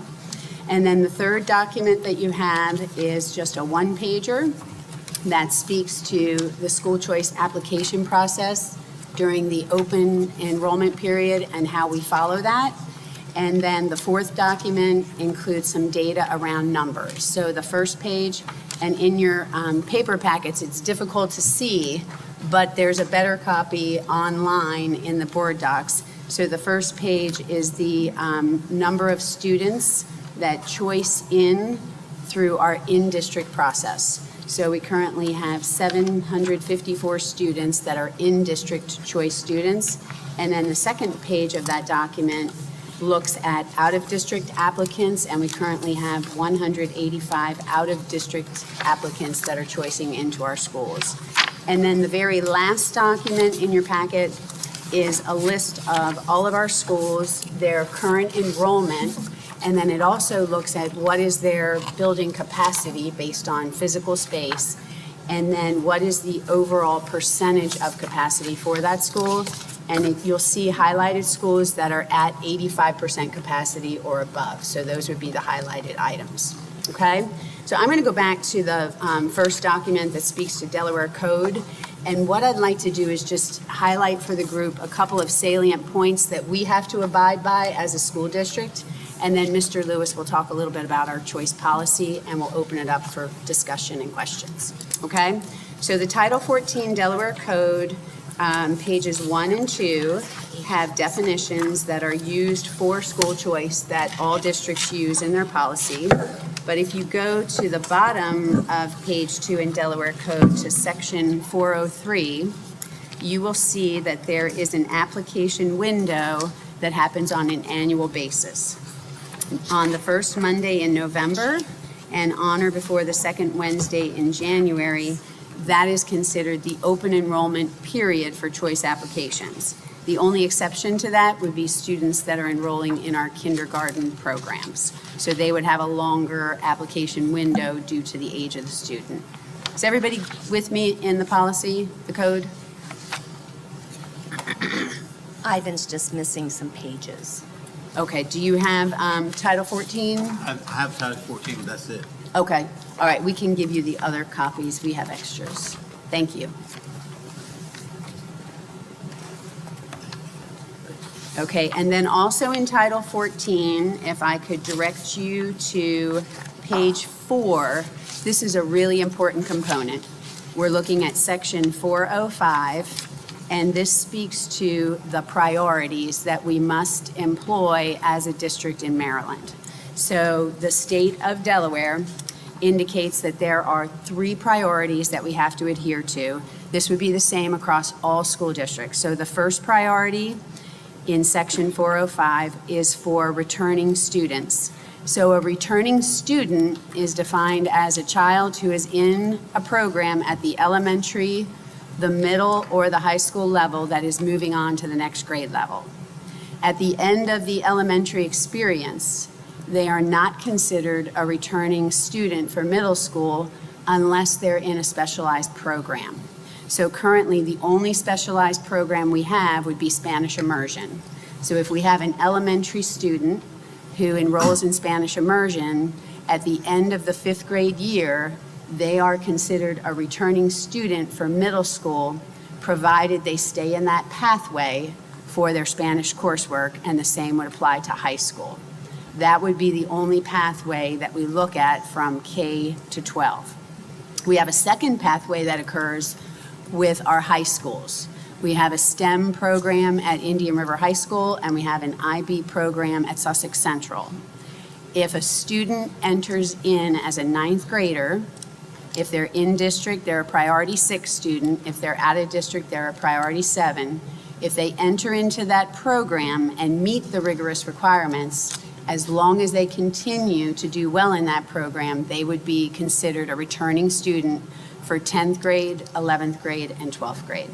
We did look at IB and STEM to see how many students in those programs are our own students and how many live in that geographic area. The majority of students in the programs do live in the geographic area.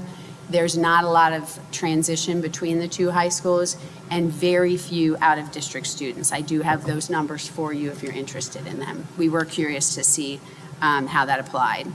The second priority that the state mandates is regarding residency, where a student may have parents that live separate from one another.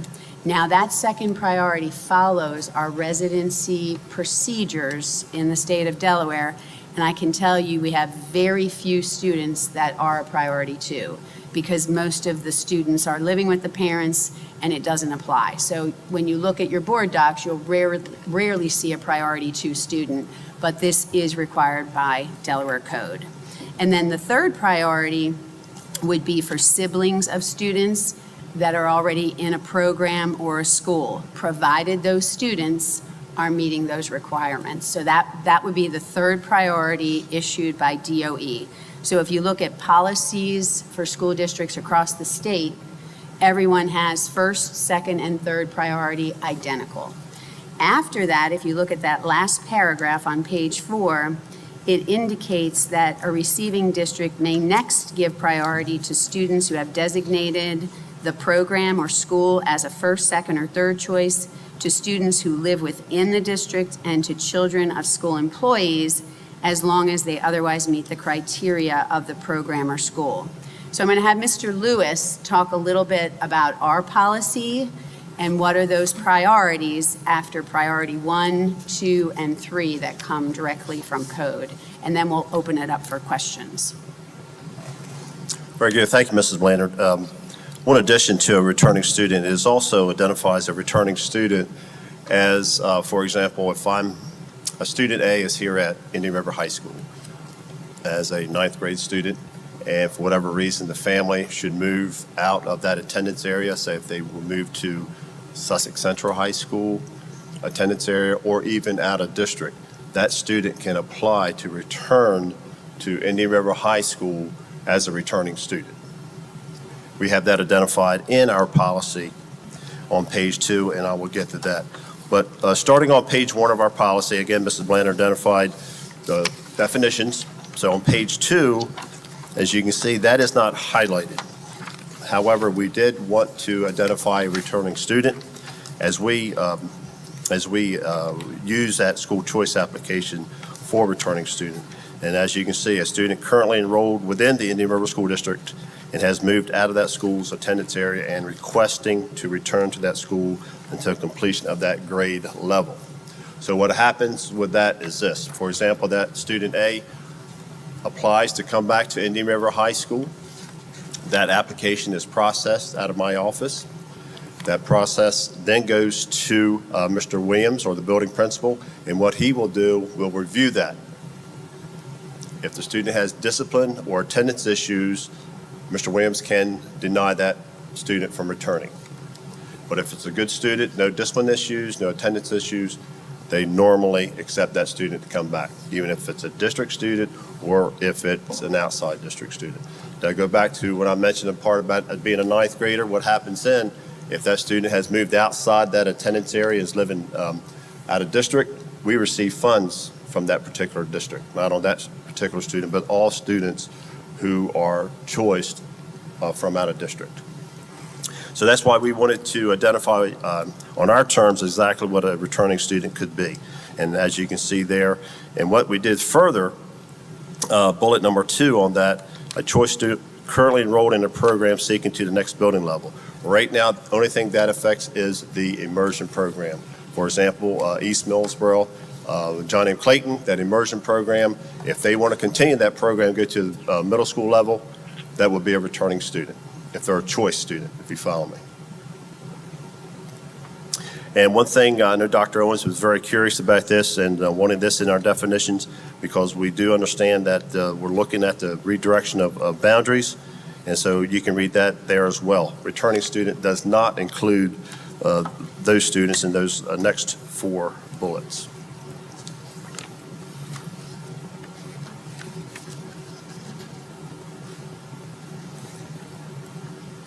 And as we move on through the process, at the bottom of page 3, this is how we identify students in certain priorities. As Mrs. Blander said, number 1, 2, and 3 are directly out of Delaware Code. Now, what we have done, we have removed, beginning with number 4, out-of-district siblings. I know there was some conversation years ago to keep families together, and so if we have an out-of-district sibling in one of our schools, if there's another sibling associated with that family, they would be a priority 4. And I think we just recently changed this 2 years ago, priority number 5, which are students of employees that are with us. They are priority number 5.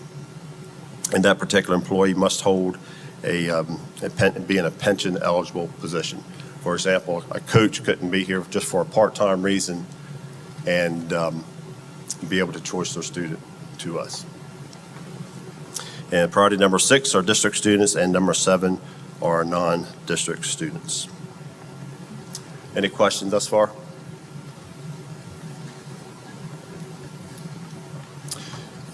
So again, what happens when these applications, once they come in, at this point, Mrs. Collins, she will look at these applications, and that's where we get the priority numbers. Returning student, don't see very many number 2s. Then we go to in-district siblings, out-of-district siblings, priority 5, which would be employees' children. District students, number 6, and number 7 are out-of-district students. And that's what you see whenever you get your docs for your school board at those school board meetings. Page number 5 is still additional information right from code. It identifies how we can, basically, if we need to remove a student from school choice due to certain reasons, we can do that. There's a process to do that. It's very seldom used, but I do understand what I send out at the end of the 3rd marking period, as you see on 2C. At the conclusion of any academic year during such a 2-year period, the pupil ceases to meet the academic requirements of that school. This was brought to my attention several years ago from DOE, and that's what we have been using. So again, at the end of the 3rd marking period, I will send that documentation to the building principals. That gives them the opportunity to look at that particular student who is failing, is not meeting those academic requirements, have contact with the student and the parent, and talk about to revoke school choice if need be. And that has been done. I can say Dr. Rick Evans at SDSA is using this because unfortunately he does have students that are not meeting the academic requirements. I know Mr. Williams here at Indian River has used that item as well to remove students who are not meeting those academic requirements. If I could just add to that, Mr. Lewis, this language is in Delaware Code about removal from a program. So I had some questions about it when we were looking at it together. So I reached out to DOE to say, okay, who determines the removal? What's the period of time? What does that process look like? They would not respond to that question. They deferred us to our legal counsel and said, you would need to consult with your legal counsel regarding this. So I did reach out to Mr. McMacken, asked the same question, and he said for disciplinary purposes, when there is a concern, it would be brought to the attention of the board, and the receiving school board where the child is currently attending and the sending school board would need to concur on movement of that student out of the program. Now, we were not aware of that, but that was the legal perspective that was given to us. As far as academics, the language in code says that the child must be enrolled for 2 years in the academic program. If they're not meeting those academic requirements, we would then dismiss them from the program. But again, when I asked the legal question, the answer was that would be a board decision, not a principal decision or a superintendent decision.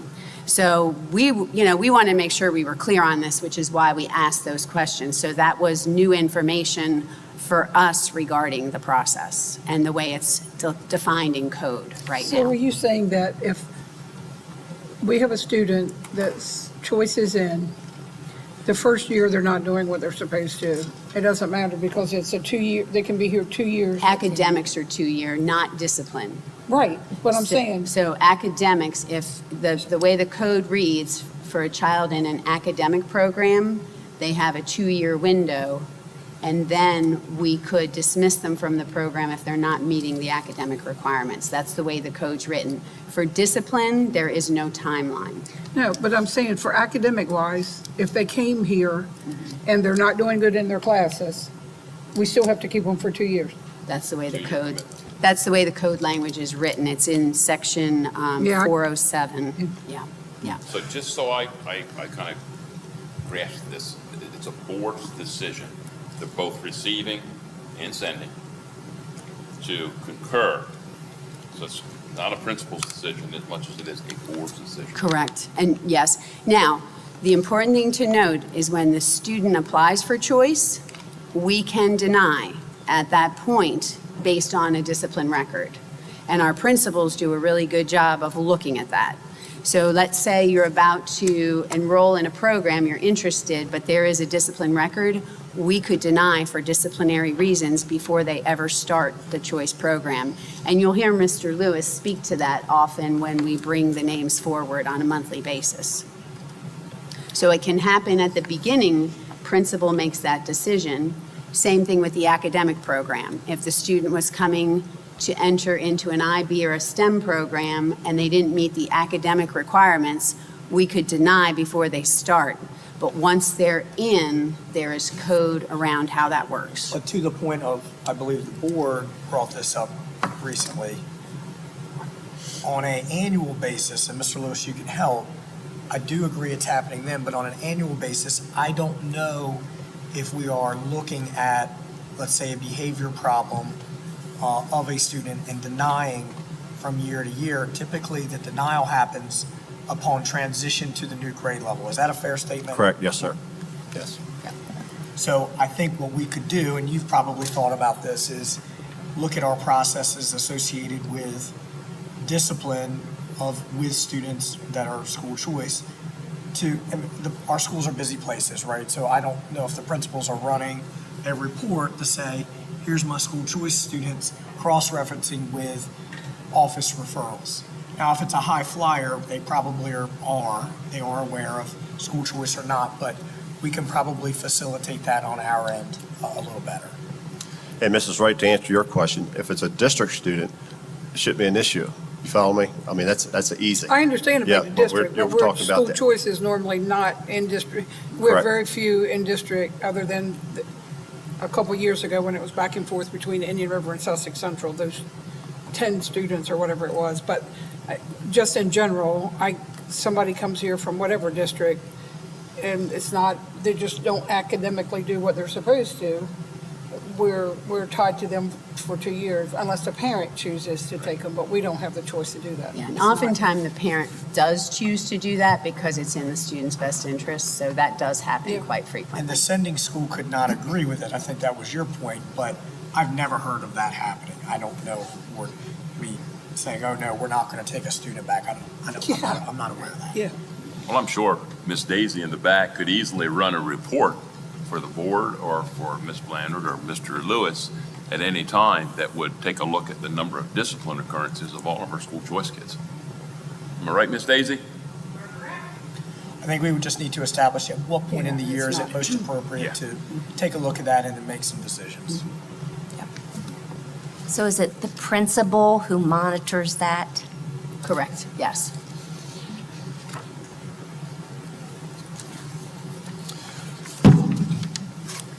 And talking about capacity in our policy, it says, we can accept students up to 85% capacity of this particular building. You cannot go any lower than 85%. That's the lowest we can go. That's written in code as well. Are there any questions regarding the process on how an application comes in, how it's processed out of my office, sent to the building principals for their recommendation, and then brought to the board for your recommendations? Are there any questions regarding that? We're all clear? So I have a question, because several years ago, we talked about the data service part of this, of school choice. If we put 85% in the system like we should do, it should generate a letter that comes out and says your child is not eligible because you've reached 85%. We're over capacity, am I correct? Data Services does not do that. No. It's from what I understand, it's a district decision. You can go over 85%. You can. No, I remember we had a discussion and we said, and that's been several years ago, not too many is on the board from there. We said if we put 85% in there, at some point in time, there was a letter that was supposed to have been triggered that says we have the 85% capacity and therefore your child's not eligible in there. So is Data Services not doing that now, or are we not putting it in there? We're not doing that, no. We, as in Indian River School District? We are not doing that now. So if our policy says that we put 85% in there, how come we're not doing it? Well, from what I understand, I mean, we've talked about this before. You just mentioned the Sussex Central, Indian River swapping of the students, and, both of those buildings, because what would happen with what you're talking about to do, every building that's at 85%, those applications would be rejected due to capacity of the buildings. True. So I think it would be a board decision if that's what you want to do. If you're making a decision that we're not going to take any students, if our building's at 85% and we're not going to take any students, that is a procedure that we would need to do on my end. Because right now we have to entertain all of these applications. I disagree, but I disagree that now the board has to make that decision. Years ago at a meeting, we said, and I'm pretty sure that we did, to say that we were going to put that 85% capacity in there because we were all over when you were going to accept somebody, when you weren't. And it said, it generated the letter, that way it stopped. You didn't get to call some board member and say, hey, my son or daughter is, I want them to be at whatever school it is. Policy says 85%, we're at the capacity and we were done with it. But maybe you're shaking your head, yes. Yeah, I'm just sitting here trying to think. I know we've jumped all over. Right, it went from all over, but at the point now, and then it went further to say, at some point in time, and it's in here, then it said it was going to be the principal's choice. To me now, if we set a policy, we did set a policy at 85%. To go over that and let somebody supersede that, I'm not sure we're doing ourselves justice on that. If, in fact, we were going to do it, then to me, it would come back to the board for a decision, not on the individual, but on the policy itself. So I remember that. I don't know what my title was at the time, but I think Let me see, no. where we locked into with, the most recent one was some principal discretion around the word may, page 4, paragraph middle, the district may disapprove. So the question was, and Pep, you're living it every day. I think the middle schools stick with the 85%. With the exception, we were going to priorities 1 through 5. Correct. 1 through 5, doesn't matter what the capacity of the building was. If the building principal wanted to accept those priorities 1 through 5, they could.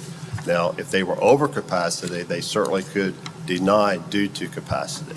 But that was the agreement once we moved and put in the employees' children at priority number 5, because there was a lot of, I'm sure, the board members that were on the board at the time received plenty of calls from employees trying to get their child in a particular school. And so that's why we entertained that priority 5 even before a district student. And thank you for that clarity. Yeah, That is so that's, absolutely- that, from what I remember, Yes. Dr. Owens, that was the information that we received. Priorities 1 through 5, that would be an automatic invite, just an invite. It would go to the building principal. They would make a decision, yes or no, due to capacity or discipline. Yes. And that was done we had more discussion around that per Yes. my memory. And it was, we're trying to look out for the siblings, employees, Correct. students, et cetera. So those are the 1 through 5. And so I think that was the case with all cases, and I think elementary included, and middle, but then the high schools, I think, did not necessarily follow that. It would just be district students, which would be a priority 6, that sometimes they have taken from various ends of the district. That's correct, Yes. I believe. Yes. Now, this past school year, there were very few priority 6s. For example, at Central, I do know Mr. Williams took a lot of priority 6s because he lost quite a bit to go to Sussex Tech. So he'll wait.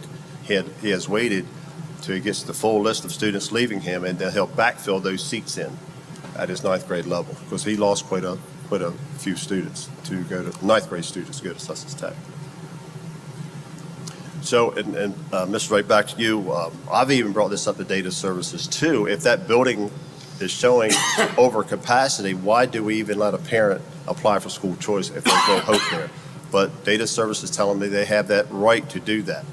They can apply, but if it's over capacity, they go on a wait list until the first day of school.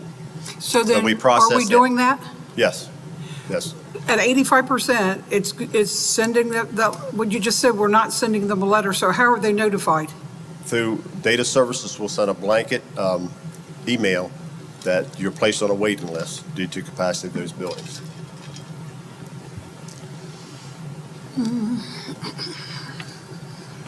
And I have 3 questions. Yes, sir?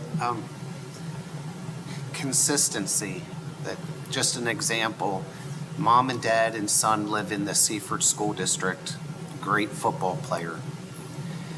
Wants the son to go to a better football program, applies to Sussex Central, but has discipline issues.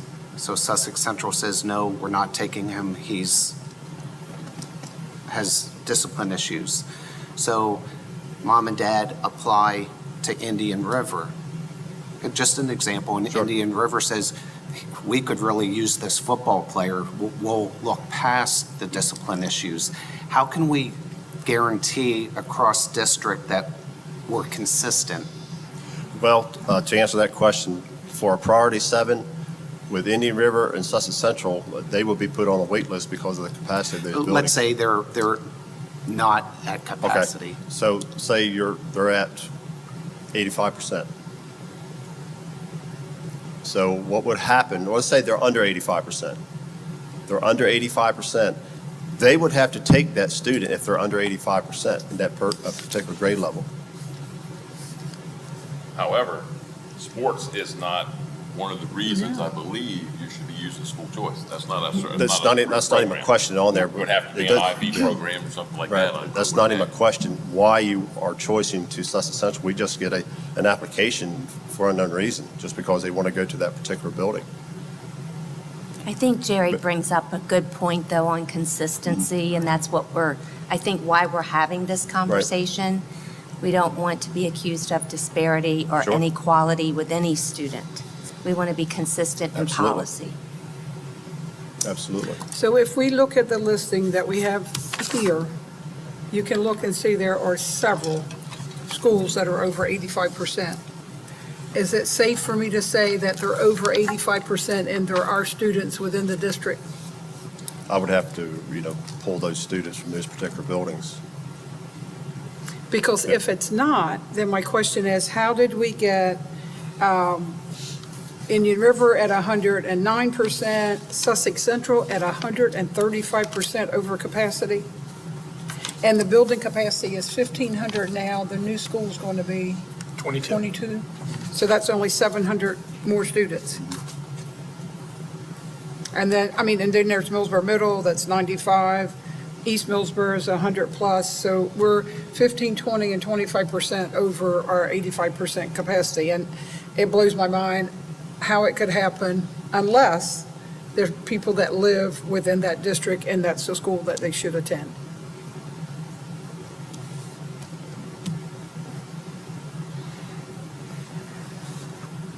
Jerry, I'm sorry, you had Oh, a no third problem. question? Yeah, my second question is relating to overcapacity, and I think you've answered it.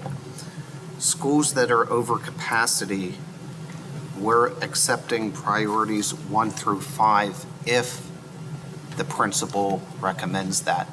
Correct, yes, sir. Okay. That was the conversation.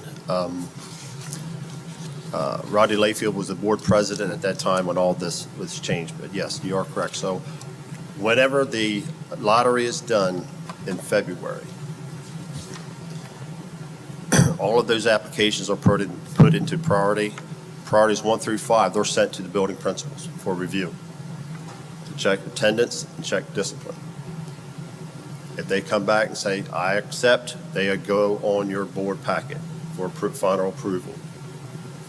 If they deny due to capacity, that also will be on your packet for board approval. But the conversation and the procedures that we were using was to let the building principals review those priorities 1 through 5, even the buildings that are over capacity at 85 and above. Yes, sir. Okay. Third question, and I know this happens because I see it and I heard it with my own eyes, not saying it's our district, it could be another district, but this is happening. A building is over capacity.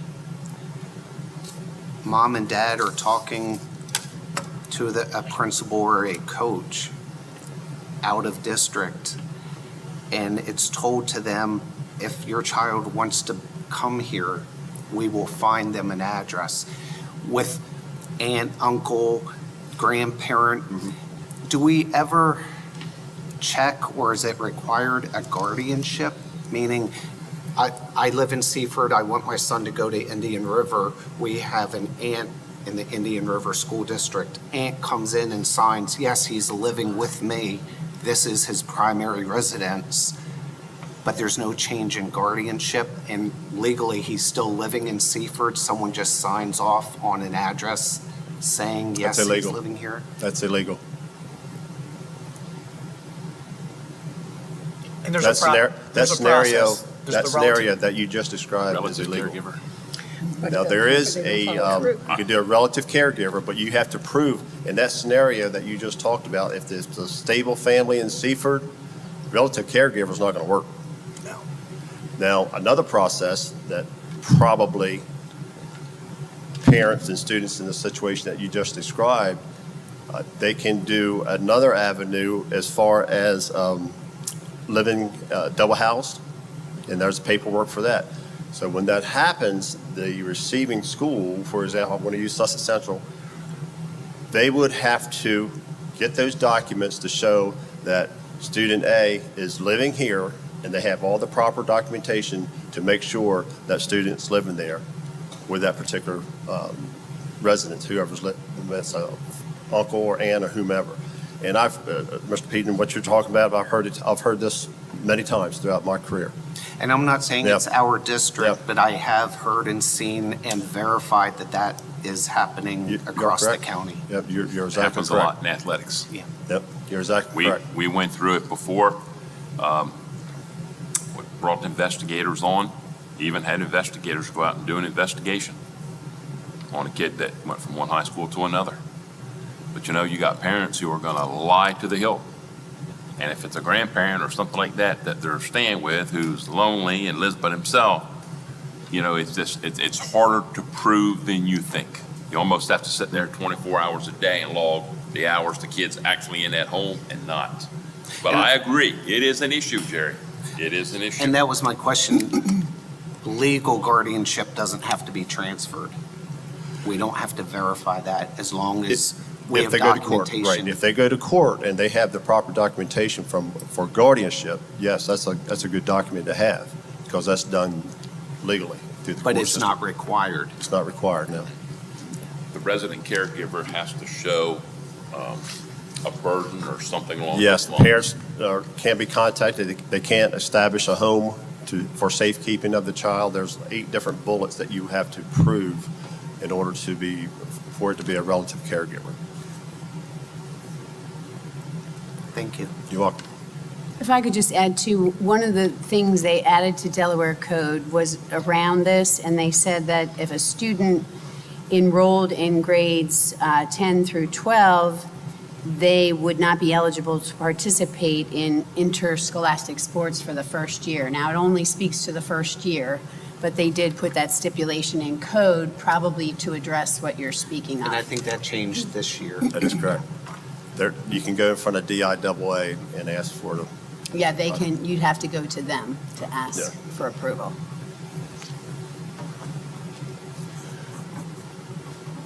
any other questions?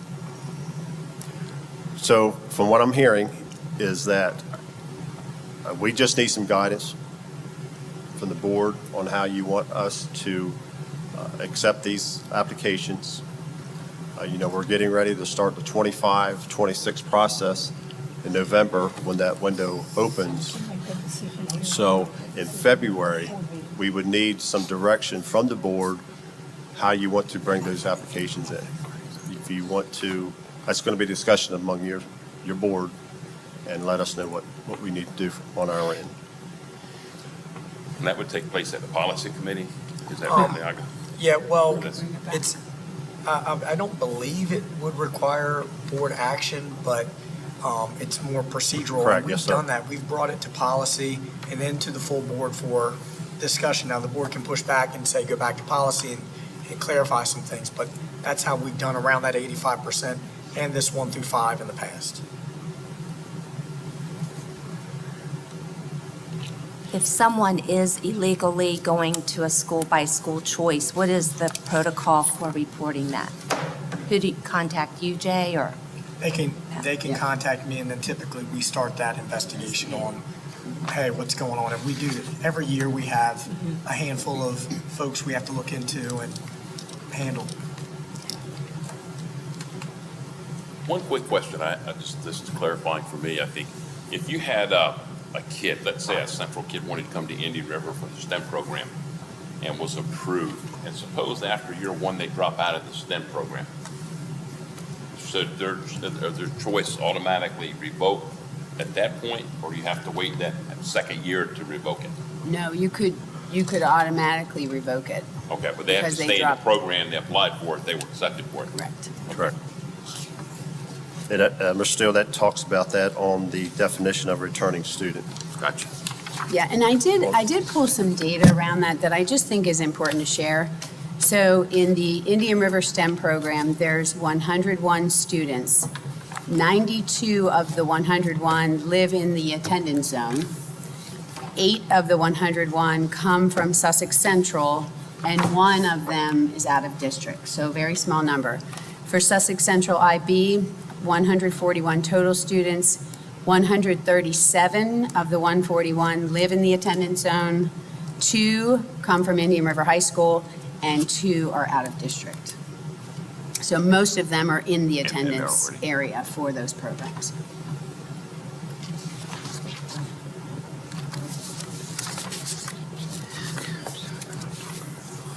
Are there any certain schools showing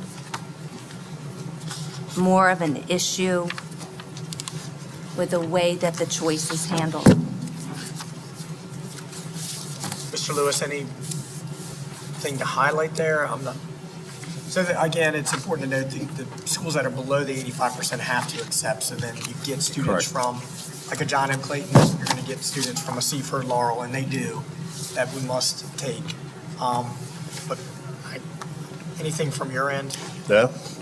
Because it seems to be monitored by the principal. And that's where the responsibility seems to lie. Right. And there can be inconsistencies with Correct. principals, yeah.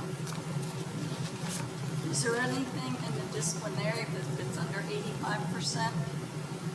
You accept regardless? I mean, do you look at some of the disciplinarian things? Yeah, when they apply, if there is a concern with discipline, we would not move forward with it. Okay. Yep, due to that. Even if it's under the 85%? Correct, because that is in the code Because that you can do safety that. is Yes, key.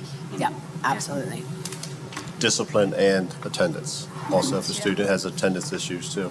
Now, I think the code reads, which I disagree with, I think it says if a student has missed 15 days of unexcused absence, that's a lot. You know, That's you- way too much. Yeah, Way it's a lot. But on the discipline side, it says if a student who has been suspended, it doesn't say in school or out of school, it just says a student who has been suspended. That covers the discipline issue, but the attendance is asking for 15 days of unexcused absence. And again, this is directly from code as well. That's crazy. Now, I was sitting over here and as I was listening, talking about the Futures Committee, for example, next year, you know, we're going to have to identify for 25, 26, if we're going to have, for example, the new high school is going to be available, I think 25, 26, hopefully. I'm not sure, Dr. Owens, will Millsboro Middle School be popping up to the old Sussex Central High School, 25, 26? Correct. So now think about this. I think Millsboro Middle School, at the time of this report, there were 763 students.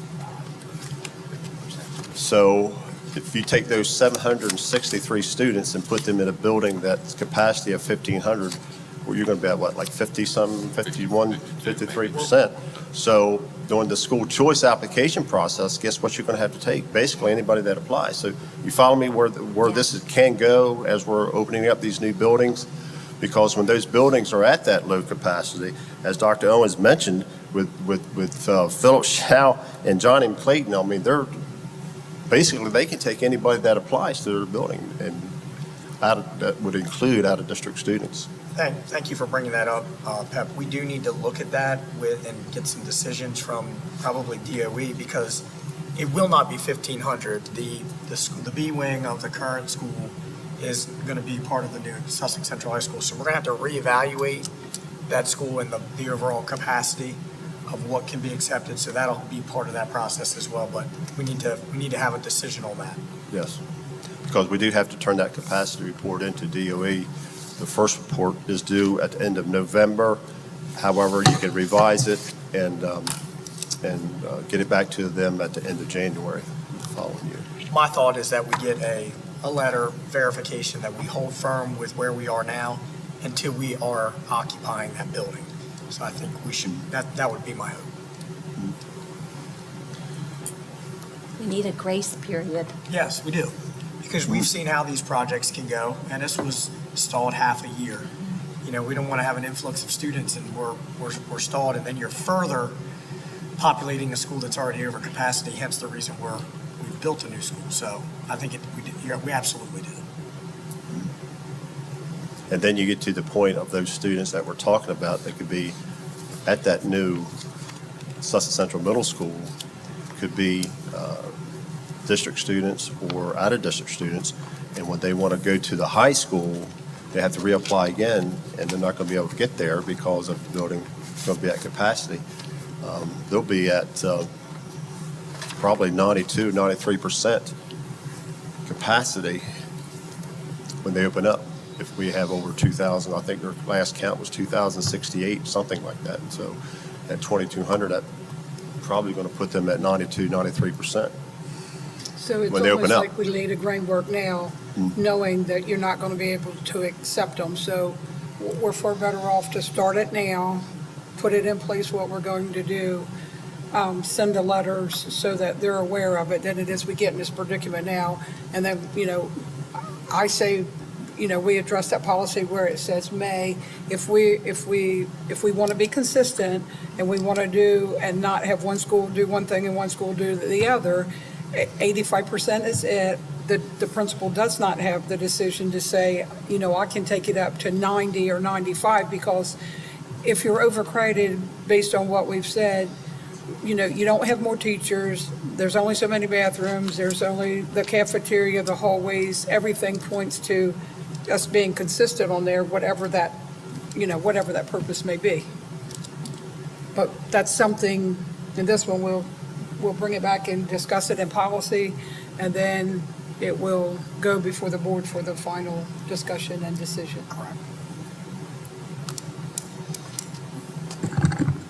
Thank you, Mr. Lewis. Thank you. I know we're over the noon deadline. We do have a few items for exec session. Can we? Sure. Do we want to recess and go to exec session, right? I would entertain a motion at this time that we recess and go into executive session. Second. We have a motion and a second. All those in favor signify by saying aye. Aye. Opposed? We're now in executive session.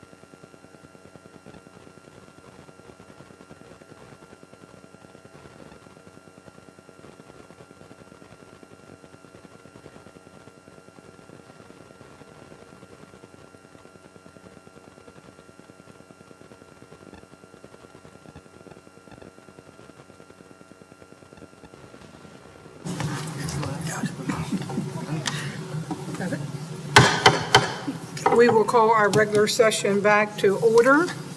At this point in time, we will do Personnel 6.01. I would entertain a motion. I make a motion, we approve the personnel agenda. We have a motion and a second. All those in favor signify by saying aye. Aye. Opposed? That is unanimous.